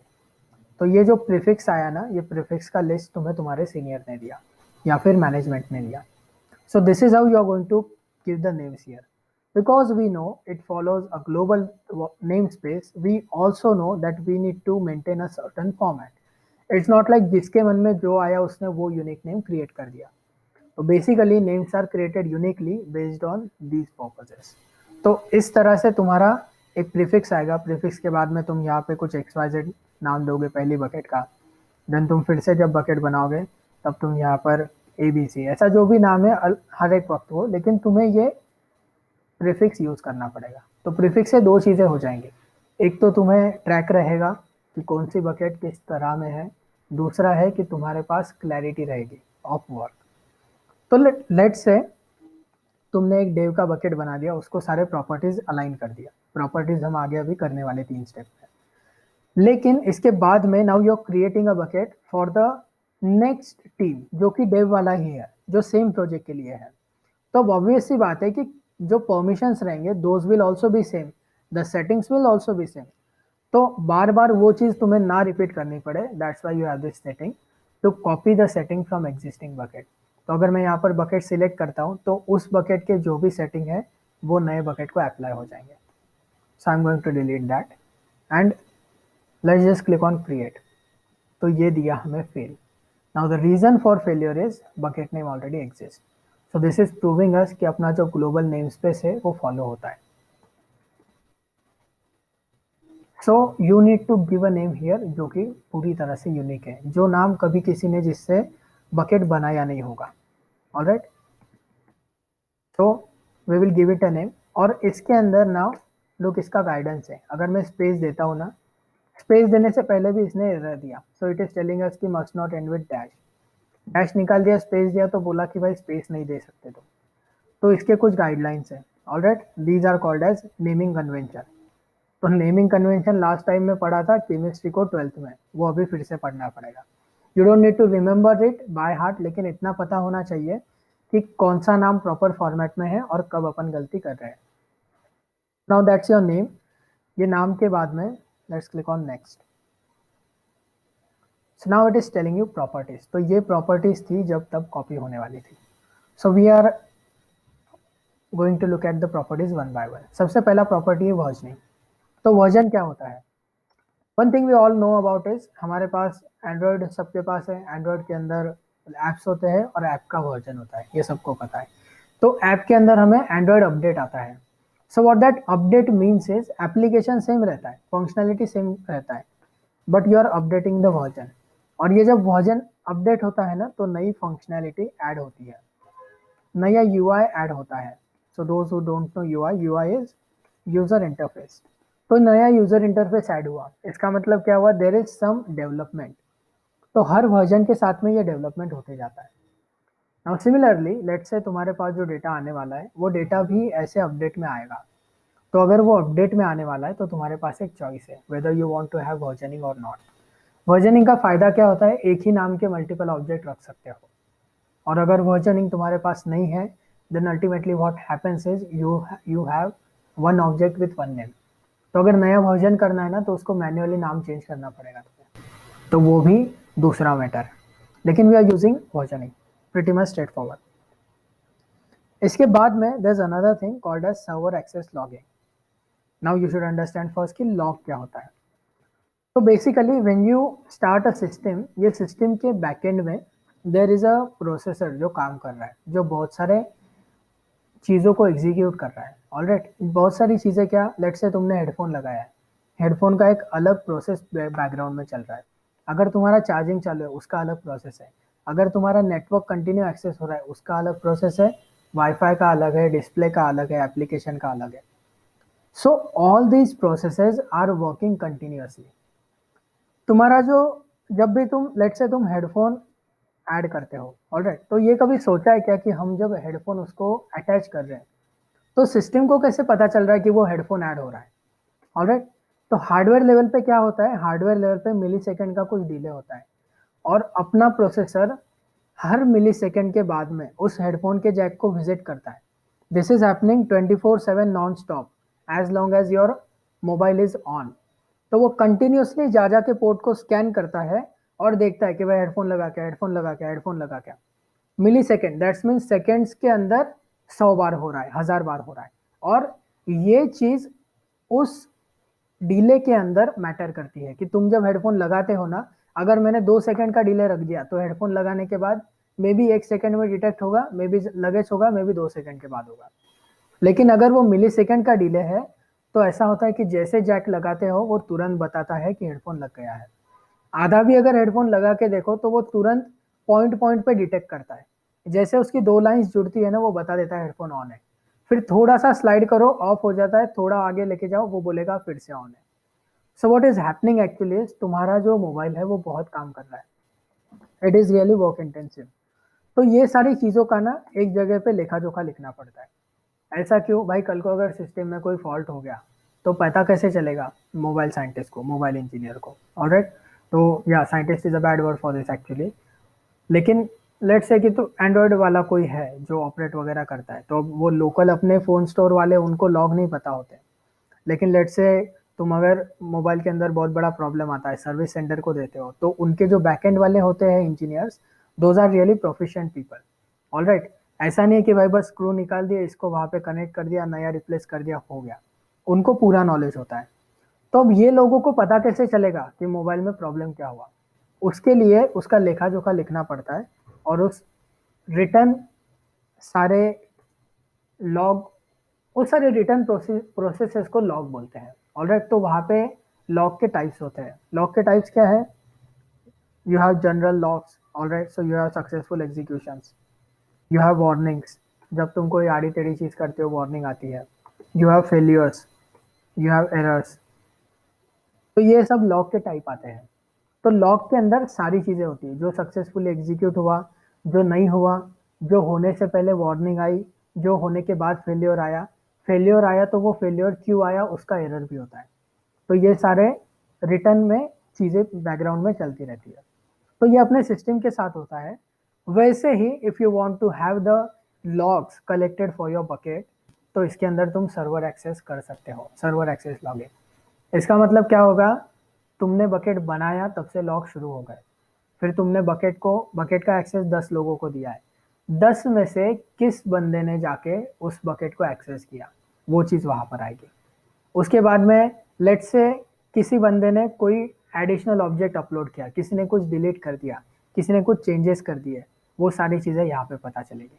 क्योंकि अगर मैं ये बकेट बनाता हूँ क्लाउड क्राफ्ट जुलाई, और इसका एक्सेस मैं तुम चारों पांचों लोगों को दे देता हूँ अकाउंट के ऊपर, तुम लोग वहां पर गए और तुमने ऑब्जेक्ट अपलोड भी किया और उसको डिलीट भी कर दिया, मैं जाऊंगा तो मुझे ऑब्जेक्ट दिखेगा नहीं। अब S3 तो डिलीट करने के बाद ऑब्जेक्ट रखने नहीं वाला, और लॉजिकली तुम्हें परमिशन है, so you are entitled to do that. लेकिन इस सारे चक्कर में लेट्स से कि तुमने 5 GB का ऑब्जेक्ट अपलोड किया था, और फिर तुमने 2-3 घंटा रख के निकाल दिया, और उसका मुझे चार्ज लगने वाला है। तो वो चार्ज मुझे लगेगा और मुझे पता नहीं चलेगा कि चार्ज कैसे लगा। That's why we need logs. दूसरी चीज होती है, तुम 5 लोगों को छोड़ के, अब क्या हुआ, तुम लोगों ने क्या किया, तुम्हें यूआरएल मिल गया। तो कुछ लोग होते हैं, अरे भाई मैं मेरे दोस्त को दूंगा। अपने को लेक्चर मिला तो लगे तुरंत दोस्त को देने का, भाई तू भी देख ले। वैसा ही अपने को लिंक मिला यूआरएल का, भाई तू भी ये ले ले, तू भी एक्सेस कर बकेट को। वो भी बकेट करने को एक्सेस आता है। तो मुझे ट्रैक रखना पड़ेगा ना कि मेरा डेटा कहाँ कहाँ फैल रहा है, कौन कौन मेरे डेटा को व्यू कर रहा है। तो उस टर्मिनोलॉजी में सर्वर एक्सेस मुझे मदद करेगा। तो मेरे पास लॉग आएगा, मुझे ट्रैक मिलेगा कि ये XYZ बंदा है जिसने एक्सेस किया और इसको अपने एक्सेस दिया नहीं था। ये XYZ पर्सन है जिसने इस चीज़ को अलग अलग जगह से एक्सेस किया। So you know all this things from this logs. तो इसके लिए लॉग ज़रूरी होते हैं। तो जब तक चीज़ें गुड एंड ब्यूटीफुल होती है ना, इस चीज़ की ज़रूरत नहीं पड़ती। लेकिन ये सर्वर एक्सेस, ये सारी चीज़ें ज़रूरत में कब आती है? जब रायता फैल जाता है, जब कोई चीज़ some things go wrong, then for the exclusion of the error तुम्हें ये चीज़ें ढूंढनी पड़ती है, और तब ये चीज़ काम में आती है। तो ये डेली में काम आने वाला नहीं है, लेकिन ये डेली रखना ज़रूरी है। So we are not keeping it right now. या इसको अगर सिलेक्ट करोगे, so you need to select another bucket जिसके अंदर लॉग रहेंगे। तो तुम्हें अगर ऐसा लगता है कि इसी बकेट के अंदर लॉग रखना, तो इसे सिलेक्ट कर लो। तुम्हें अगर लगता है कि दूसरी बकेट में रखना, तो उसे भी सिलेक्ट कर सकते हो। नाउ इंटरेस्टिंग थिंग इज, यहाँ पे देखो 2 ही बकेट है, और मेरे अकाउंट के अंदर 3 बकेट क्रिएटेड है ऑलरेडी, इसको मिला के चौथी। तो यहाँ पे 2 बकेट क्यों आ रही है? बकेट क्रिएट करके देखो, इसका आंसर ढूंढो। Alright, answers are really simple, whatever question I am telling you. Then तीसरी चीज आती है tag. So we looked at here कि हमारे पास ना टीम्स है, dev, test, prod, etcetera etcetera. तो अभी क्या होता है ना कि हर बकेट को हम टैग लगा देते हैं। ये टैग क्या करेगा, उस लॉग के अंदर ये टैग ट्रैक होता है। उसके बाद में तुम्हें अगर कॉस्ट ट्रैक करना है, तो उसके लिए टैग की जरूरत होती है। देखो यहाँ पर लिखा है, you can use tags to track project cost. तो तुम्हारा जो बिल आता है ना, वो बिल के अंदर ये जो ट्रैक रखना पड़ता है कॉस्ट का, तब अपने को ये टैग काम में आता है। टैग कैसा होता है? टैग है प्रोजेक्ट, नाम है एलिक्सिर, टैग है टीम या फिर डिपार्टमेंट, और नाम है प्रोडक्शन। ऐसे टैग होते हैं। तो according to the specification of your project यहाँ पर टैग ऐड हो सकते हैं। इसके अंदर लेट से तुम्हारे दो तीन एप्लीकेशन है, तो दो तीन एप्लीकेशन के लिए तुमने क्या किया, तीन बकेट बना दिया। अब जैसा यहाँ पर देख रहे हो एबीसी वगैरह, तुम्हारा जो एप्लीकेशन है समझो क्रॉस प्लेटफॉर्म है, तो तुम क्या करोगे, एंड्रॉयड का एक बकेट बनाओगे, आईओएस का दूसरा बकेट बना दिया। तो उसके अंदर फिर से एक टैग और डाल सकते हो कि तुम्हारा जो वर्जन है, वर्जन मतलब एक्चुअली ओएस, तो ओएस कौन सा है, तो ओएस का टैग बना दो। टैग कोई भी बना सकते हैं हम, alright, these are not predefined, it's up to us, कुछ भी लगा दो, बस उसको कंसिस्टेंटली रखना है। नहीं तो पता चला यहाँ पे प्रोजेक्ट डिपार्टमेंट यूज़ किया, अगली वाली बकेट में तुमने प्रोजेक्ट और टीम यूज़ कर लिया, तो कंसिस्टेंसी नहीं रखोगे, प्रॉब्लम तुम्हें होगी। Tags are not mandatory. Then you have object level logging. तो एक देखा था हमने सर्वर एक्सेस लॉगिंग, ये क्या करता है, बकेट को ट्रैक करता है। उसके बाद में यू हैव ऑब्जेक्ट लेवल, तो ये ऑब्जेक्ट लेवल एपीआई एक्टिविटी को ट्रैक करता है। इसके लिए जो सर्विस यूज होती है ना, उसका नाम है AWS क्लाउडट्रेल। सर्विस याद में रखना, बाद में भी आइए। Then you have default encryption. तो एन्क्रिप्शन क्या, हमने कल देखा था, देखो वो बंदा एलन ट्यूरिंग जो है वो डिक्रिप्ट कर रहा था। तो वो डिक्रिप्ट करने की ज़रूरत क्यों पड़ी, क्योंकि समबरी ने एन्क्रिप्शन से कांटेक्ट किया। अगर वो एक दूसरे को बोलते, भले ही वो उनकी जर्मन भाषा में बोलते, लेकिन अमेरिकन क्या कर लेते, एक जर्मन भाषा वाले को बुला लेते, तो उनको तुरंत समझ जाता कि भाई इनकी क्या बात चल रही है। लेकिन उन्होंने जो यूज़ किया कम्युनिकेशन, वो इनक्रिप्टेड किया, उसकी वजह से उनको कोई सुन नहीं पाया। तो अपने को भी अगर अपने ऑब्जेक्ट्स को इनक्रिप्शन फॉलो करना है, प्रोवाइड करना है, तो अपन इसको सिलेक्ट कर सकते हैं। So what it is doing is automatically encrypt objects when they are stored in S3। तो इसको कर सकते हो इफ़ यू वांट। इसके अंदर दो टाइप्स है, AES-256। अभी ये जो पढ़ रहे हो ना, ये एन्क्रिप्शन का प्रोटोकॉल है, अपने को पूरा ध्यान रखने की जरूरत नहीं है। अपने को क्या ध्यान रखना है, ये एन्क्रिप्शन कौन सा यूज हो रहा है, server side encryption. Encrypt object कब होगा, अपलोड होने के बाद में, when you are uploading that object, वो जा कहाँ रहा है, it is going to AWS server. तो एनक्रिप्शन भी AWS के सर्वर पे ही हैंडल होगा, अपने मशीन पे या अपने को उसका तान लेने की जरूरत नहीं है। तो अपने को बस ये ध्यान रखना है कि ये जो ऊपर वाला है और नीचे वाला है, दोनों सर्वर साइड है, लेकिन ऊपर वाला जो है वो अमेजोन मैनेज करता है। नीचे वाला लोगे तो की अपने को देनी पड़ती है कि कौन से की से तुमको उसको एनक्रिप्ट करना है। So let's leave it. Then you have object lock. तो ऑब्जेक्ट लॉक क्या करता है, ऑब्जेक्ट लॉक क्या करता है कि सपोज तुमने एक ऑब्जेक्ट अपलोड कर दिया इस बकेट के अंदर। मान लो मैं क्लाउडक्राफ्ट जुलाई के अंदर स्क्रिप्ट ऐड करता हूँ, तो मैं अभी आगे स्क्रिप्ट लगने वाले, तो मैं क्या सोचता हूँ कि भाई S3 के ऊपर स्टोर कर देंगे, and then our candidates can go to that bucket and then they can access the logs, they can access the files and have their executions. लेकिन तुम्हारे अंदर एक चालू बंदा है, वो क्या सोचता है, भाई मेरा हो गया, मैं डिलीट कर देता हूँ, लेट्स हैव सम फन। तो ये फन की बात ठीक है, लेकिन भाई वो अगर डिलीट हो गया तो दूसरे बंदे रोने लग जाएंगे ना, उनका तो प्रैक्टिस नहीं हुआ। तो मुझे क्या करना पड़ेगा, मुझे इंश्योर करना पड़ेगा कि ये बकेट के अंदर कोई जो इंपॉर्टेंट ऑब्जेक्ट है वो डिलीट ना हो। तो उस चीज के लिए बकेट लॉक आता है। तो बकेट लॉक क्या करेगा, bucket lock will provide that integrity कि ऑब्जेक्ट डिलीट नहीं हो सकता। तो ये इनेबल करने के बाद में इसके अंदर लोग अपलोड कर सकते हैं ऑब्जेक्ट, लेकिन वो डिलीट नहीं कर सकते, क्योंकि उनको वो परमिशन नहीं रहेगा। परमिशन किसे रहेगा, जो ओनर है। तो अगर तुम अपलोड करोगे तो तुम उसको डिलीट कर सकते हो, लेकिन there is a less possibility कि जिसने अपलोड नहीं किया वो डिलीट कर पाएगा, और मे बी तुम भी डिलीट नहीं कर पाओगे, because now I am having the access here. Then you have cloud watch request metrics. तो एक सर्विस देखा ऊपर, क्लाउड ट्रेल। तो क्लाउड ट्रेल क्या करता है पता है क्या, ऑब्जेक्ट लेवल एपीआई का एक्सेस रखता है। And then you have cloud watch. तो क्लाउड वॉच क्या करता है, कॉस्ट के लिए नेसेसरी होता है। तो डिफॉल्ट मेट्रिक जो आते हैं ना, जो फोकट में अवेलेबल है, वो क्लाउड वॉच है। क्लाउड ट्रेल लिया तो पैसा लगेगा, क्लाउड वॉच लिया तो पैसा नहीं लगेगा। तो क्लाउड वॉच अगर लेते हैं तो ये क्या करता है, monitor request in your bucket for additional cost. तो इसका मतलब क्या हुआ, S3 तुम्हें स्टोरेज दे रहा है, बराबर। S3 इज टेलिंग यू कि भाई तुम्हारा जो स्टोरेज है ना, तुम यहाँ पर स्टोर कर सकते हो, लेकिन स्टोरेज के बाद में कुछ एक्टिविटी फॉलो करती है। पहली एक्टिविटी है एक्सेस, दूसरी एक्टिविटी है मॉडिफिकेशन, तीसरी एक्टिविटी है रिट्रीवल। एक्सेस मतलब जो अकाउंट से हो, मॉडिफिकेशन मतलब तुम AWS अकाउंट में जाओ और वहाँ से कुछ चीज़ें करो, और रिट्रीवल मतलब कि कोई भी बंदा वहाँ पे जाके उसको एक्सेस करना चाहे।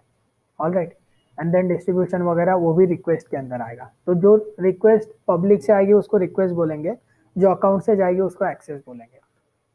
तो ये सारी चीज़ें होगी, और इन सारी चीज़ों पे ना पैसे लगते हैं अपने को, कि भाई अगर 1000 बार रिक्वेस्ट एक्सेस हो रहा है then you are going to pay an amount of money. If you need to track that money, तुम्हें क्लाउड वॉच यूज करना है। So we are leaving everything, we are going with versioning. Let's go next.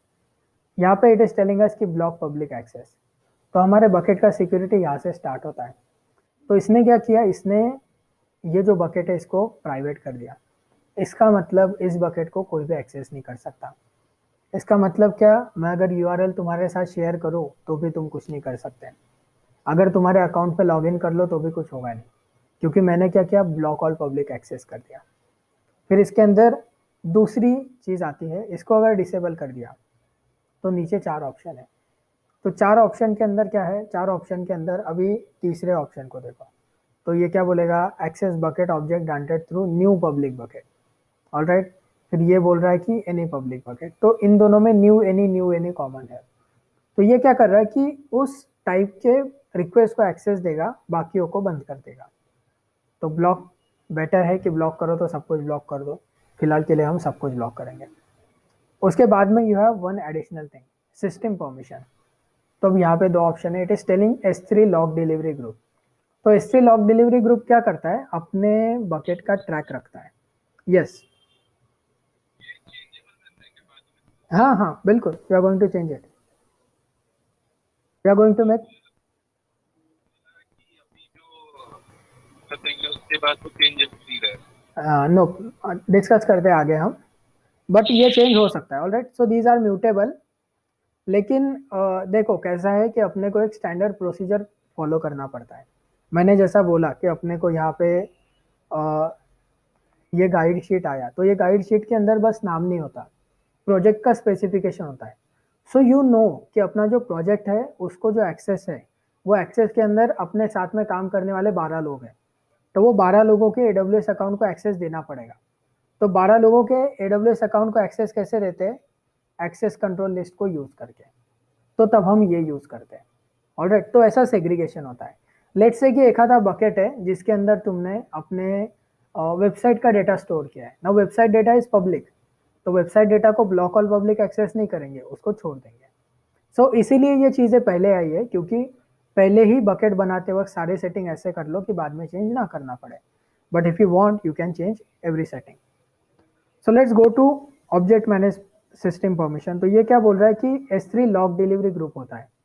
तो जैसा हमने server access logging देखा ना, उसके अंदर एक डिमन यूज होता है लॉग डिलीवरी ग्रुप। तो वो लॉग डिलीवरी क्या करेगा, उधर से लेकर स्टोर करेगा। तो इस एक्सेस का मतलब क्या हुआ, इस एक्सेस का मतलब हुआ कल को तुमने नया बकेट बनाया और तुम चाहते हो कि उस बकेट के लॉग्स इस बकेट में स्टोर हो। तो अगर इसको एक्सेस रहेगा ना लॉग डिलीवरी का, तो ही वो इसमें स्टोर कर सकता है। अगर ये मैं डू नॉट ग्रांट कर दूं तो सामने वाला वो बकेट को ऑप्शन में देख ही नहीं पाएगा, क्योंकि इस बकेट को अभी सिस्टम में एक्सेस नहीं कर सकता। मैं बोल रहा हूँ कि भाई पब्लिक तो नहीं करेगा लेकिन सिस्टम भी नहीं करेगा। देन यू गो नेक्स्ट, ये सारी चीजें आ गई, you create bucket. So now my bucket has been created. तो ये बकेट क्रिएट करने के बाद में देखो एक एंट्री ऐड हो गई, and then it is telling you the specification. Access कैसा है, तो पब्लिक नहीं है भाई, प्राइवेट है।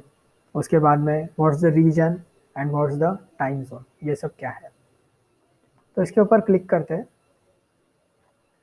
तो फिलहाल के लिए bucket is empty. So it's telling you कि एम्प्टी है तो क्या कर सकते हो, 3 चीज़ें कर सकते हो।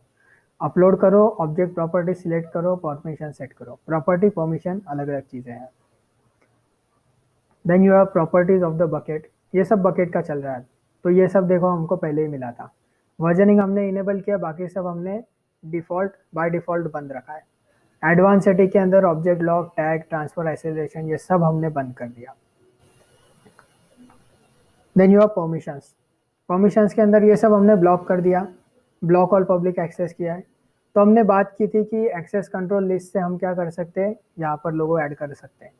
तो देखो add for other AWS account, यहाँ पे if you select it, enter करना ईमेल आईडी सामने वाले का या कैनोनिकल आईडी, ये एडब्ल्यूएस कंसोल से मिलेगा, and then you can give the access to that person, then you have public access. ये सेट करोगे तो सबको हो जाएगा। तो यहाँ पर वो चीज़ चेंज हो सकती है।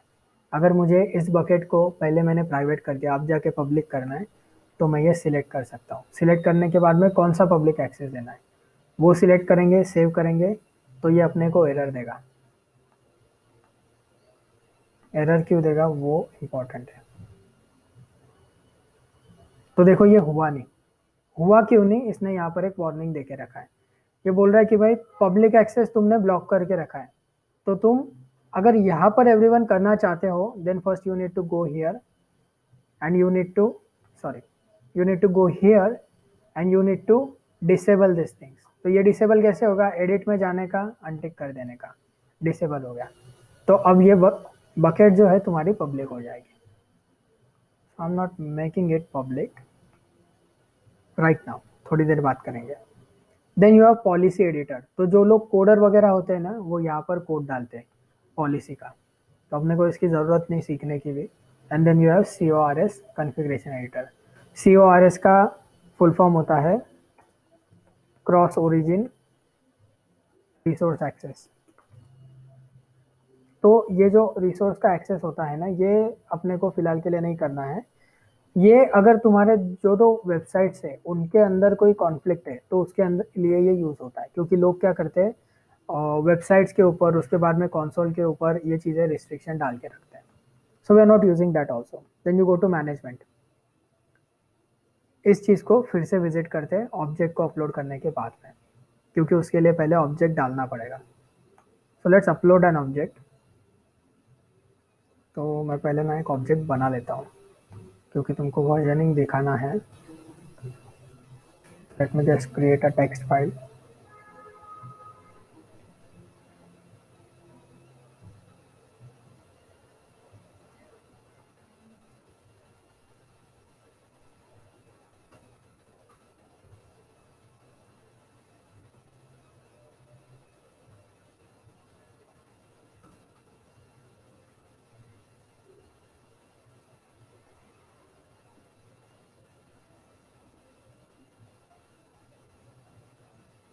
So now actually your access is restricted, तो तुम्हें मेरा कंसोल दिखेगा नहीं फिलहाल के लिए।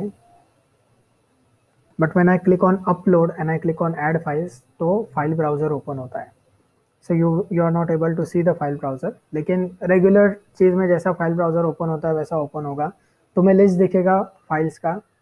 सो लेट्स से कि तुम एक फाइल सिलेक्ट करते हो, I need to select cloud. तो ये फाइल सिलेक्ट करने के बाद में इसके अलग परमिशन से देखो, हमने जब ये खोला था कंसोल, तो इट इज़ टेलिंग अस क्या करना है, प्रॉपर्टीज़ और परमिशंस, दो चीज़ें। तो I go to upload, I select the cloud.txt file. तो सबसे पहले सेट करेंगे परमिशन। तो परमिशन क्या है, परमिशन मीन्स इसको एक्सेस कौन करेगा। तो इसके एक्सेस के अंदर अभी अगर चाहिए कि कोई पर्टिकुलर फाइल को सब लोग एक्सेस करें, तो यहाँ पे ऐड अकाउंट करना है, AWS ऐड कर देना है, दैट्स इट। बाय डिफॉल्ट इसका जो एक्सेस है वो सिर्फ ओनर को होगा, and then you have the public permission. तो यहाँ पे ये एक चीज़ बोल रहा है कि भाई your bucket is not having the permission to have public access. तुम्हारी बकेट का जो है public access, you have blocked it. तो पहले उसे अनटिक करो, उसको अनटिक करोगे तो यहाँ पर पब्लिक एक्सेस देते आएगा। So I am going to proceed with this as it is. Then it is asking us properties. तो प्रॉपर्टीज के अंदर क्या है, प्रॉपर्टीज के अंदर you have storage class. Now let's understand storage class क्या है। स्टोरेज क्लास के अंदर if you see, you have standard. पहले तीन सीखना है तुमको, स्टैंडर्ड सीखो, स्टैंडर्ड आईए सीखो, एंड ग्लेशियर सीखो। तो स्टैंडर्ड से स्टार्ट करेंगे।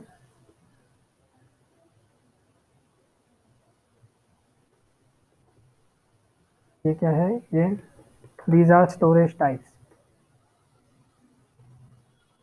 स्टोरेज टाइप के अंदर you have standard I, stands for infrequently access. इनका टर्मिनोलॉजी सीखना चालू कर दो, बहुत ही रिफाइंड लैंग्वेज यूज करते हैं ये लोग। and then you have glacier. Now these are the three types. तो ये थ्री टाइप में फर्क क्या है? Let's take a use case. Use case ऐसा है कि there is a project going on and there are three people who are on the project. So the people are Akshata, Govind and Pankaj. ये तीन लोग प्रोजेक्ट को संभाल रहे हैं. Now what this three people do is they carry out the project. Project चलता है और प्रोजेक्ट ऐसा है कि प्रोजेक्ट में तुम्हें एक एप्लीकेशन डेवलप करना था. तो एंड्रॉयड एप्लीकेशन था. Now the obvious thing is जब एप्लीकेशन डेवलप हो रहा है उस डेटा के ऊपर रोज लोग काम कर रहे हैं. रोज डेवलपर कोड एडिट कर रहे हैं, रोज उसको एक्सेस कर रहे हैं, टेस्ट हो रहे, सारी चीज़ें चल रही हैं. So what is happening is ये डेटा डेली एक्सेस हो रहा है राइट नाउ.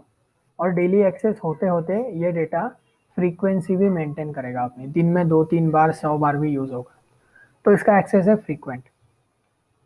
ये एक्सेस अपने को ऐसी जगह पे रखना पड़ेगा जो जल्दी मिले. उसके लिए अपन यूज करते स्टैंडर्ड टियर. तो स्टैंडर्ड में उसका डेफिनेशन ही है कि frequently access data. Then what happens is ये डेली स्टोर कर दिया तुमने. उसके बाद में क्लाइंट के पास तुम्हारा एप्लीकेशन बन के जाता है, क्लाइंट अप्रूवल देता है. उसके बाद में प्रोजेक्ट डिप्लॉय हो गया. प्रोजेक्ट डिप्लॉय होने के बाद में कंपनी क्या करता है, कंपनी को पता है कि अगले 6 महीने के लिए now we are not going to work on it because we have delivered the project, but we need to keep the track of the project. Track क्यों रखना पड़ता है? क्योंकि क्लाइंट ने एग्रीमेंट कर लिया है भाई प्रोजेक्ट डिलीवरी के बाद में अगर 6 महीने के अंदर if there is any error then you are responsible for it. So due to that clause into the agreement, now what we need to do is we need to keep the track of the project for further 6 months. वो 6 months के बाद में we are not responsible for it. तो ये 6 महीने में now you are not accessing the data daily. और तुम एक्चुअली वीकली बेसिस पर भी नहीं करते. तुम क्या करते हो? ट्रैक रखना है. इसका मतलब तुम बस मॉनिटर कर रहे हो. अगर एरर आया तो तुम एक्सेस करोगे, लेकिन तुम्हें इतना कॉन्फिडेंस है खुद के ऊपर कि भाई हमने जो है हजारों टेस्ट के बाद ये प्रोजेक्ट डिलीवर किया है तो ये फेल नहीं होगा, इसमें एरर नहीं आएगा. But still what you do is लग सकता है 2-3 महीने में, 6 महीने में एक आध एरर भी आ गया तो क्या पता. तो उसके लिए तुम क्या करते हो? इसको रखते हो ऐसी जगह पर जहाँ पर ये कभी ज़रूरत में आ सकता है तो जल्दी मिले. तो तुम इसको रखोगे आई में. आई का पर्पज ही है इनफ्रिक्वेंटली एक्सेस. तो ये आएगा तुम्हारा डेली और ये आया तुम्हारा वंस इन अ क्वार्टर, पकड़ लो इसको. देन आती है तीसरी चीज.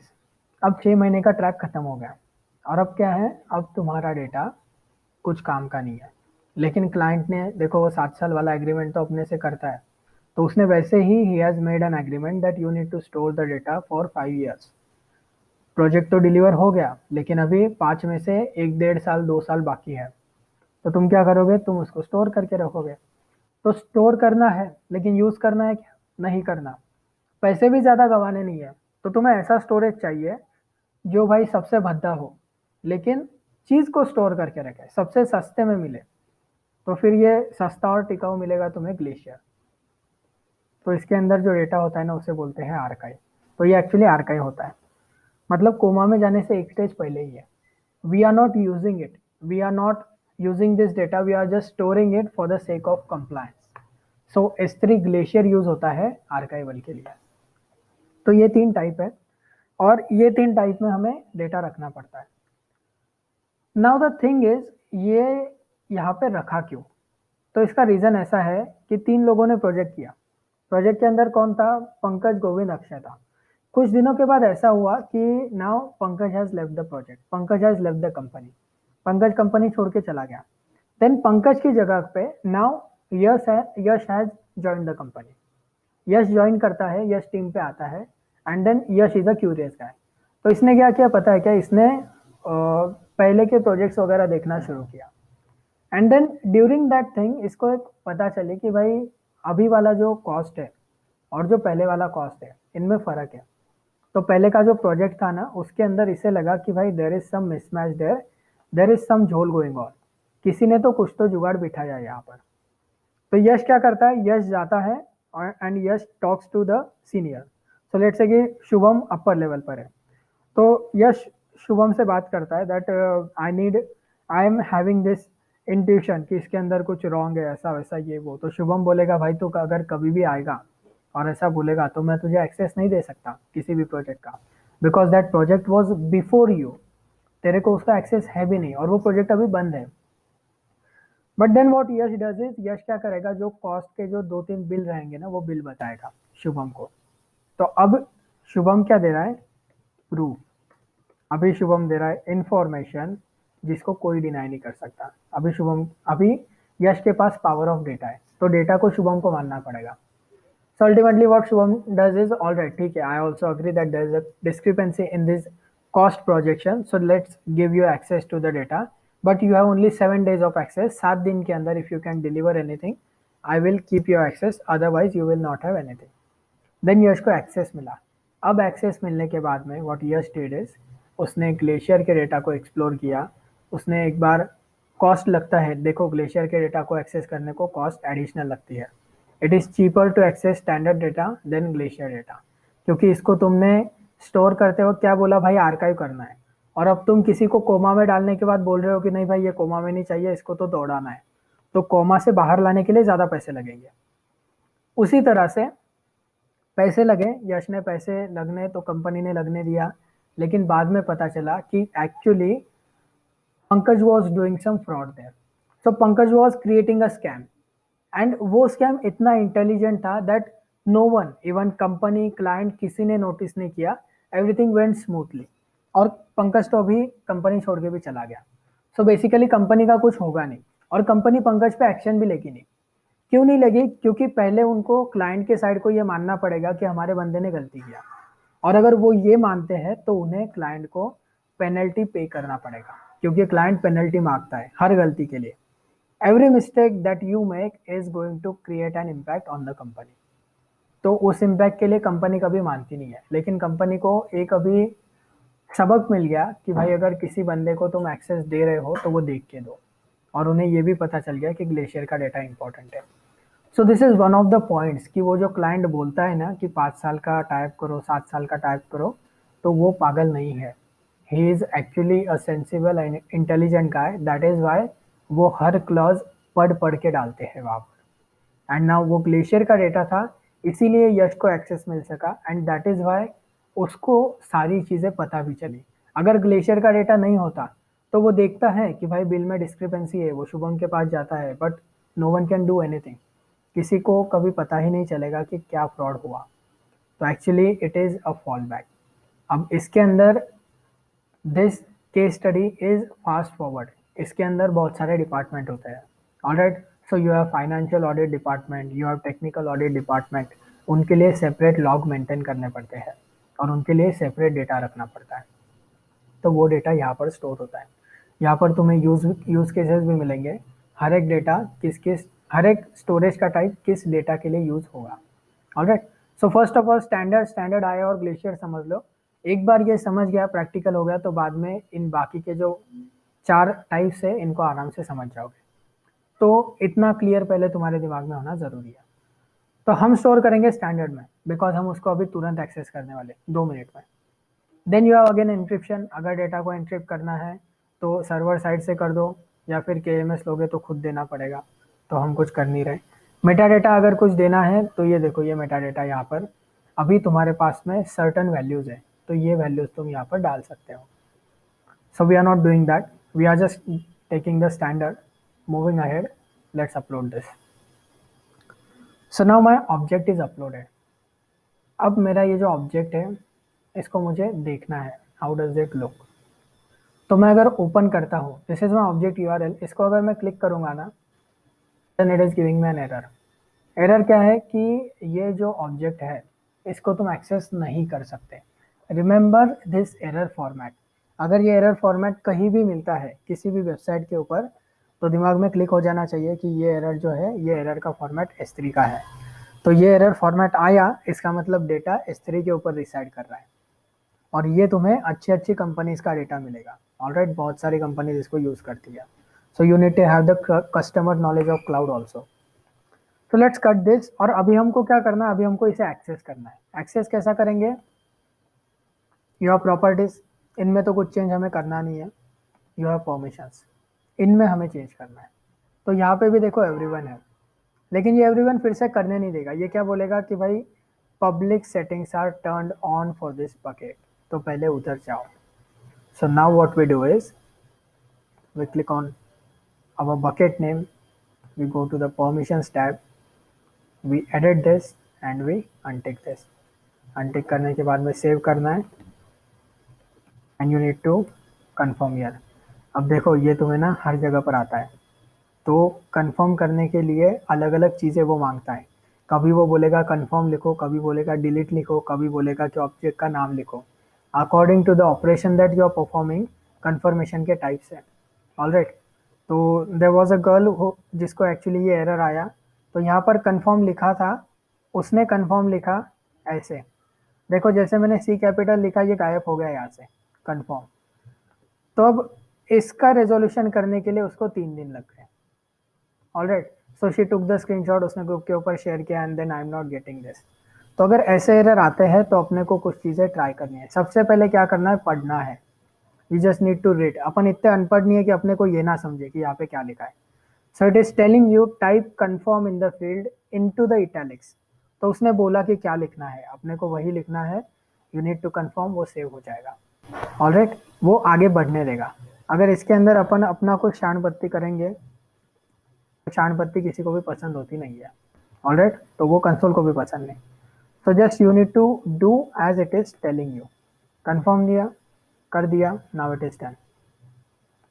अब ये मैं पहले बताता नहीं था, लेकिन जब से वो एरर आया मैं सोचा भाई अभी ये भी बताना चालू करना पड़ेगा लोगों को। So now we click on cloud txt। Now we go into permissions. Now we click on everyone, read object permission, read कर दो, ये रीड कर दो। ACL का नहीं रखा चलेगा, बस एक्सेस द ऑब्जेक्ट, रीड करो, सेव। तो अब ये ऑब्जेक्ट हो गया पब्लिक। अब अगर मैं इसी URL को रिफ्रेश करता हूँ, then it is telling me get on the cloud line. मैंने पुराना टैब ही खोला और उसको बस रिफ्रेश किया। So now it is telling me the text content of my object, कि ये कंटेंट है इस ऑब्जेक्ट के अंदर। Now we will look at versioning.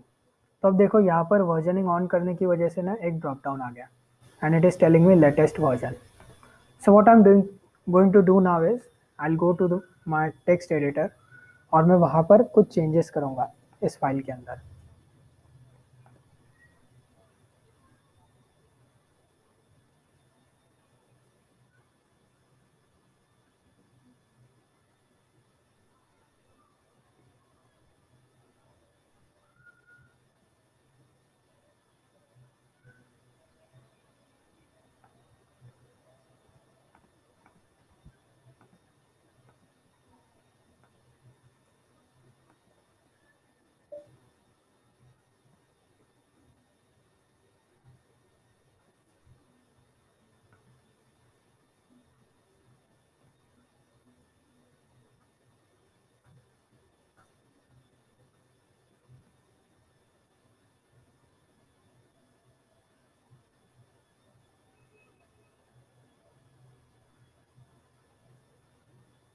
I made the changes.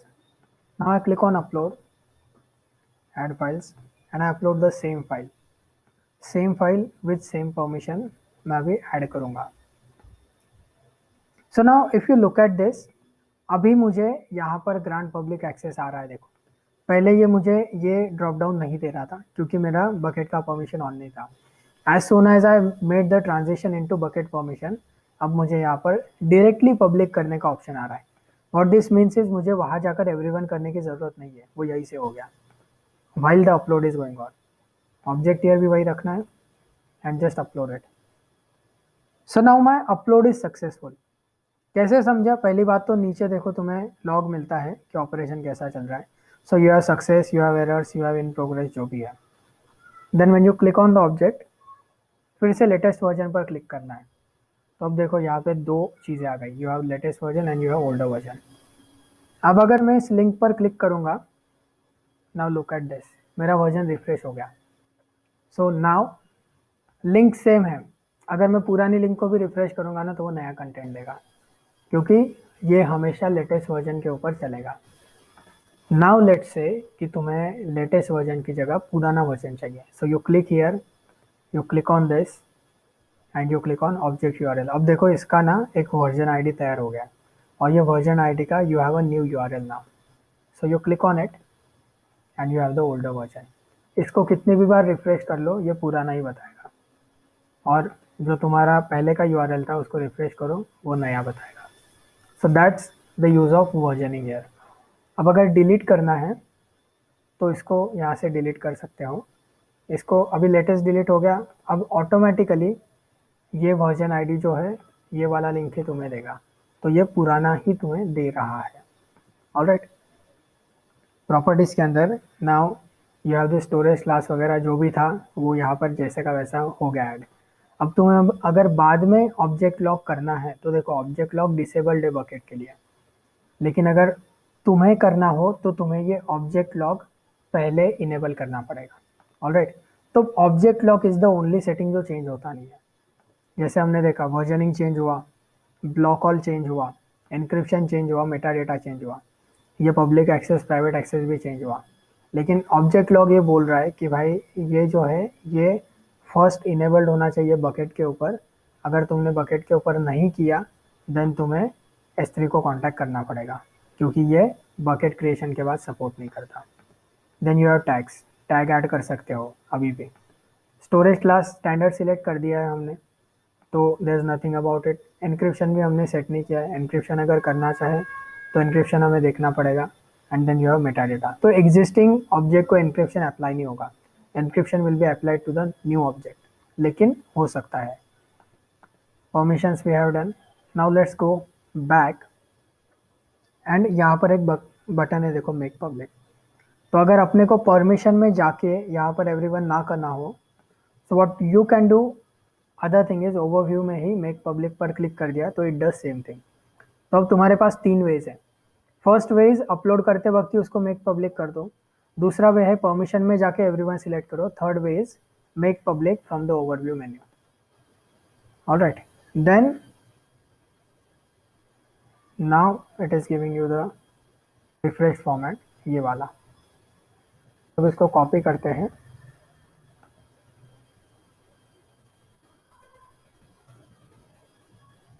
This is your S3 URL format. Format क्या है, https:// bucket name dot s3 dot region dot amazonaws.com slash file और object name. हम object name use करेंगे, we want to use the standard terminology जो AWS use करता है। So they use object name, तो अपन भी ऑब्जेक्ट नेम यूज करेंगे। तो ये ऐसा क्रिएट होता है अपना URL, and this is the global format for the URLs। तो इसी को अब एक फोल्डर बनाना और उस फोल्डर के अंदर ऑब्जेक्ट अपलोड करना and then get the URL for that object. तो तुम्हें इसमें एक छोटा सा चेंज मिलेगा। ऑलराइट, ये जैसा है इसमें एक छोटा सा चेंज होता है, तो तुम्हें वो समझेगा कि एक ऑब्जेक्ट की URL में और एक फोल्डर के अंदर जो URL रहता है उस URL में क्या फ़र्क है। Now that's about your S3 operations. तो इसमें अगर बकेट नाम पर क्लिक करते हो ऑब्जेक्ट के, तो यहाँ पे देखो यहाँ से अब एन्क्रिप्शन चेंज हो रहा है, मेटा डेटा चेंज हो रहा है, डायरेक्ट लिंक्स है, मेक पब्लिक भी यहाँ पर है, रीनेम भी यहाँ पर है, डिलीट कर सकते हो, और ये सारी चीज़ें यहाँ पर हैं। ठीक है, तो ये शॉर्ट मेन्यू है। हम तब क्या कर रहे थे, वहाँ पर जाके कर रहे थे, तो ये एक्चुअली चौथा मेन्यू होगा तुम्हारा अगर तुम्हें मेक पब्लिक करने का है तो। सो you can perform multiple single operation from multiple methods. तो टोटल चीज़ ये है कि अपने को कंसोल का नॉलेज हो तो अपन कहीं से भी बहुत चीज़ें कर सकते हैं। अगर कंसोल का नॉलेज ना हो तो हमें समझती नहीं वो चीज़ें। अब देखो वर्जन्स के अंदर हाइड शो था, अगर शो कर दिया ना तो ये वर्जन बताएगा। अब अपने पास एक ही है इसीलिए एक बता रहा है, अगर मल्टीपल होते ना, होते क्यों, क्रिएट कर देंगे, set permissions, grant this, next next upload. तो अभी हाइड करोगे तुम्हारे पास एक ही ऑब्जेक्ट है, लेकिन जब शो करोगे तब पता चल रहा है कि ये एक नाम के अंदर 2 वर्जन है, और इसके अगर नाम के ऊपर क्लिक करोगे तो उसके वर्जन का तुम्हें URL मिलेगा। अभी तुम्हारा जो है वो वर्जनिंग आईडी दूसरे वर्जन के लिए अप्लाई हो गया। Alright, so this is how this works S3। यही सारी चीज़ें थी। अभी एक इम्पॉर्टेंट चीज़ ये है कि हमने देखा कि हमारा जो प्रोजेक्ट था पहले, वो प्रोजेक्ट के अंदर पंकज मेड सम चेंजेस, उसकी वजह से बाद में बवाल हो गया। लेकिन यश के पास डेटा था, that's why Yash was good with the resolution of data. Now the thing is, लोग मैन्युअली तो करेंगे नहीं ना। You can not have someone who is sitting there and then वो अपने डेटा को एक एक टीयर में मूव कर रहा है 6 महीने बाद, 3 महीने बाद, क्योंकि ट्रैक कैसा रखेंगे? रिमाइंडर रखना पड़ेगा, गूगल कैलेंडर फॉलो करेंगे, हाँ भाई इस तारीख को बकेट क्रिएट हुआ था, 3 महीने के बाद रिमाइंडर, 3 महीने के बाद रिमाइंडर, जो भी तुम्हारा प्रोजेक्ट के अकॉर्डिंग है, कोई 3 महीना देता है, कोई 6 महीना। So what you do instead is, you need to do automation. Alright, अब ये ऑटोमेशन हमने देखा था बिग डेटा के डेफिनेशन के अंदर। गार्टनर का डेफिनेशन फिर से एक बार विजिट करना, उसमें लास्ट वाला पॉइंट था प्रोसेस ऑटोमेशन, वो पॉइंट यहाँ पे अप्लाई होता है। So you click on add life cycle rule, और ये लाइफ साइकिल रूल क्या करेगा? अपने लिए काम करेगा। So you are automating the process here. Process क्या है? Life cycle. लाइफ साइकिल किसका? डेटा का। तो तुम्हारे पास भी डेटा ही है बकेट के अंदर, तो उसका अब तुम लाइफ साइकिल सेट करोगे। So let's say Elixir project का लाइफ साइकिल सेट कर रहे हैं। दो ऑप्शन है, limit the scope to specific prefixes और टैग्स, या फिर अप्लाई टू ऑल ऑब्जेक्ट्स। तो लिमिट स्कोप का मतलब क्या होता है? तुम्हारे पास देखो, ये ऐसा तुम्हें जो आता है ना फॉर्मेट, ऐसे तुम्हारे पास समझ लो 4-5 फॉर्मेट है। तो तुम क्या करते हो? तुम इसी फॉर्मेट में हर एक ऑब्जेक्ट भी अपलोड करते हो, ऑब्जेक्ट के नाम भी इसी फॉर्मेट में होते हैं। तो लेट से तुम क्या करोगे, ये प्रेफिक्स कॉपी कर लोगे और यहाँ पे अगर डाल दोगे, तो इस प्रेफिक्स वाले जो भी रहेंगे ऑब्जेक्ट्स, उनके उनके ऊपर ये रूल अप्लाई होगा, बाकी सारे सेफ साइड रहेंगे। So we are going to apply to all objects.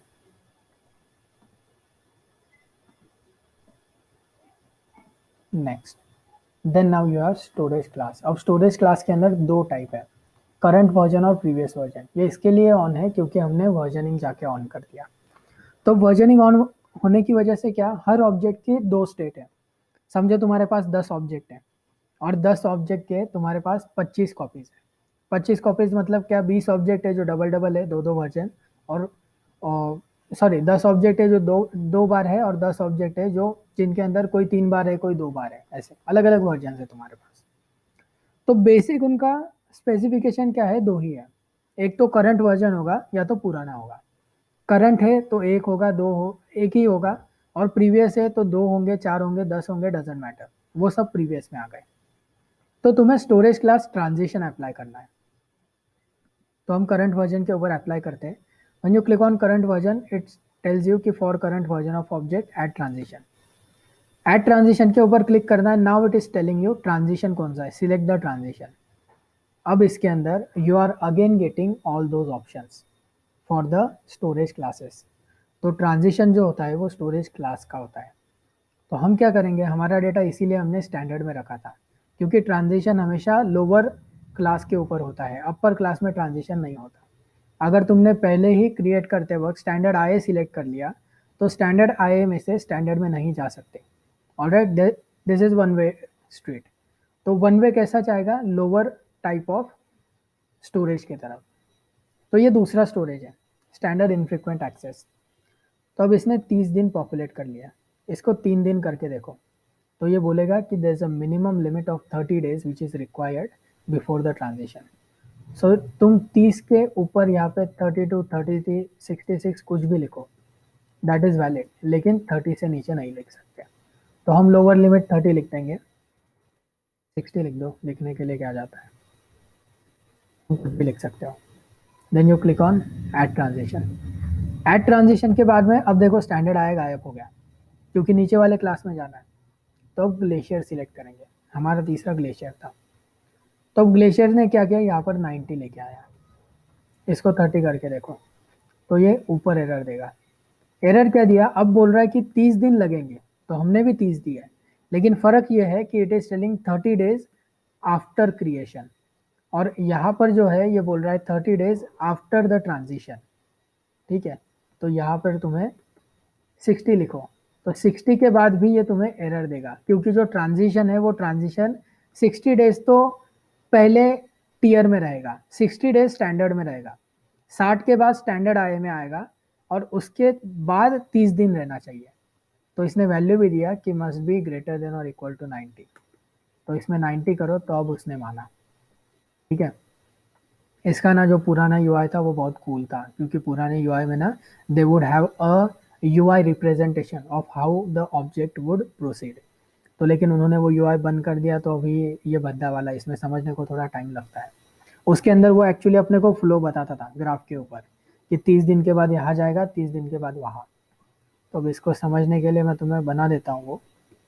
तो तुमने बेसिकली जो रूल बोला है वो क्या बोला है, स्टैंडर्ड में मैं ऑब्जेक्ट करूंगा वो 30 दिन रहेगा, वहां से ये ऑब्जेक्ट जाएगा, सॉरी तुमने इसे अभी बोला है 60 दिन, 60 दिन रहेगा करंट रूल के हिसाब से, उधर से जाएगा ये स्टैंडर्ड आई के अंदर and it will stay into standard I for 30 days. Now this is making a total of 90 days, इसीलिए वो ग्लेशियर के अंदर 90 डेज ले रहा है। Then it will transfer to glacier. तो अब ये ग्लेशियर में रहेगा। ग्लेशियर में कितने दिन रहेगा वो तुमने तय नहीं किया, तुम जस्ट बोल रहे हो कि ये ग्लेशियर में जाएगा आफ्टर 90 डेज ऑफ क्रिएशन। तो इसको अगर एक्नॉलेज कर दिया, then this life cycle rule is set for this. Change करके देखो, यहाँ पे अगर 30 करोगे तो यहाँ पे 60 में मान जाएगा, क्योंकि इसके बाद इसको 30 चाहिए, इंक्रीमेंटल 30 चाहिए। तो पहला जो डिजिट लोगे उसके आगे तुम्हें 30 ऐड करना पड़ेगा, तब वो ग्लेशियर में जाएगा। नाउ लेट से हम मिनिमम लिमिट पे चलते हैं। मिनिमम लिमिट इसका 30 है, इसका 60 है। तो लेट्स गो नेक्स्ट। अब ये तुम्हें पूछ रहा है कि ग्लेशियर में से उसको कब भगाना है। सो ग्लेशियर में तुमने बोला कि ये 60 दिन 30 दिन ग्लेशियर में जा रहा है। Let me go back and make it 60 and 90। अपना रूल कंसिस्टेंट रहेगा। तो 60 90 डेज टोटल हो गया, तो 91 डे को वो कहाँ पर है, ग्लेशियर में है। 60 दिन यहाँ रहा, 30 दिन यहाँ रहा, 91 डे को ग्लेशियर में है। Now you need to expire it. तो एक्सपायर कब कर सकते हो, यू राइट 91 ईयर, तो वो बोलेगा ठीक है।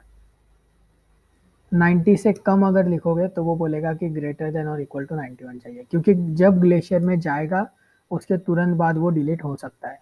इसके लिए पहले 90 डेज का लिमिट था। ये पुराने लिमिट तुम्हें इसके लिए बता रहा हूँ क्योंकि when you get into conversation with people, if you try to say कि मैंने 2 साल काम किया है और उसमें से 1 साल 2 साल AWS के ऊपर किया है, तो तुम्हें अभी के पैरामीटर्स नहीं, तुम्हें पहले के पैरामीटर्स भी पता होने चाहिए कि ये जो चीज़ है ये पहले क्या हुआ करती थी और अभी क्या हुआ करती थी। And since you are professionals, pretty much तुम सब लोग बोलोगे कि 1 1 साल क्लाउड पे काम किया है। So that's why you should know older limits also. तो पहले इसका लिमिट 180 था, सॉरी 120 था। तो वो पहले 30 दिन एक टीयर में रहा, 30 दिन दूसरे टीयर में रहा, उसके बाद में उसको 60 दिन ग्लेशियर में रहना पड़ता था, तब जाके वो डिलीट होता था। तो यहाँ पे ये लिमिट थी पहले, अभी वो लिमिट उन्होंने निकाल दी है एंड दिस इज 90 91 और गुड। मतलब एक दिन ग्लेशियर में रखो और ऑब्जेक्ट को डिलीट कर दो। एक्सपायरेशन मतलब क्या कर रहा है, ये ऑब्जेक्ट को डिलीट कर रहा है। सो this is the purging of your object. इसके बाद में डेटा मर चुका है। पीछे जाओगे और अगर प्रीवियस वर्जन सिलेक्ट करोगे तो उसके लिए फिर से ये इतना सारा खेल करना पड़ेगा। तो ये सारा खेल प्रीवियस वर्जन के ऊपर अप्लाई होगा। ऑलराइट, तो वो जब जब जब वर्जन जब जब ऑब्जेक्ट अपलोड हो रहे हैं ना, ये तब तक अप्लाई हो रहा है। तो देखो इसके अंदर एक ही चीज़ है, it is following object creation. ये उसका डेट मैटर नहीं कर रहा, टाइम मैटर नहीं कर रहा, डेटा का टाइप मैटर नहीं कर रहा, nothing at all. It is only saying object कब क्रिएट हुआ है। वो जब whenever it is born उसके बाद में उसका लाइफ साइकिल शुरू हो जाएगा। तो इसके लिए this is telling object creation. तो प्रीवियस वर्जन करोगे तो उसका भी करके देखना। एंड देन अब इसका तो अगर ट्रांजिशन देखना है तो अपने को 3 महीने लग जाएंगे। जब तक हमारा कोर्स खत्म होगा तब तुम्हें देखने को मिलेगा कि ट्रांजिशन हो रहा है कि नहीं। लेकिन अगर चाहते हो तो एक ऑब्जेक्ट, एक बकेट सेटअप कर लो और उसके अंदर ये लाइफ साइकिल रूल सेटअप करके डाल दो। तो जब हम GCP से सीखना स्टार्ट करेंगे तब तुम्हें AWS का ऑब्जेक्ट का ट्रांजिशन पता चलेगा। ऑलराइट, पेशेंस लगेंगे उसके लिए obviously. Then you have clean up incomplete multipart download. तो इसको बाद में देखते हैं अपन। अभी let's go to next. Next के अंदर अब ये तुम्हें समझ देगा कि भाई तूने ये रूल बनाया है। रूल क्या है, ट्रांजिशन करेगा, स्कोप क्या है, पूरे बकेट के ऊपर ट्रांजिशन करेगा। कैसा करेगा, 60 दिन रहेगा स्टैंडर्ड में, उसके बाद जाएगा IA में, वहाँ पे रहेगा 30 दिन, उसके बाद जाएगा ग्लेशियर में। तो टोटल ये लेगा। उसके बाद में ग्लेशियर में जब वो निकलेगा तो 90 दिन हो चुके होंगे, एक दिन के बाद में वो एक्सपायर हो जाएगा, यानी मैं ऑब्जेक्ट को डिलीट कर दूंगा या दूंगी, and then save it. Now your life cycle rule is created. If you click on it, excel actions में जाओगे तो ये डिफ़ॉल्ट इनेबल्ड है, तो ये यहाँ पर आ रहा है। डिसेबल करोगे, कन्फर्म, वो गायब हो गया, ठीक है, तो उसने उसको उड़ा दिया। So this is your important thing into the S3। अगर S3 में मैं सिर्फ ऑब्जेक्ट अपलोड करना आता है, डाउनलोड करना आता है, that is not important.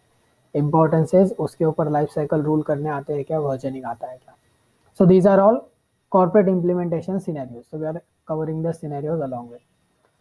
So that's your tutorial for today. If you have any doubts, you can ask them.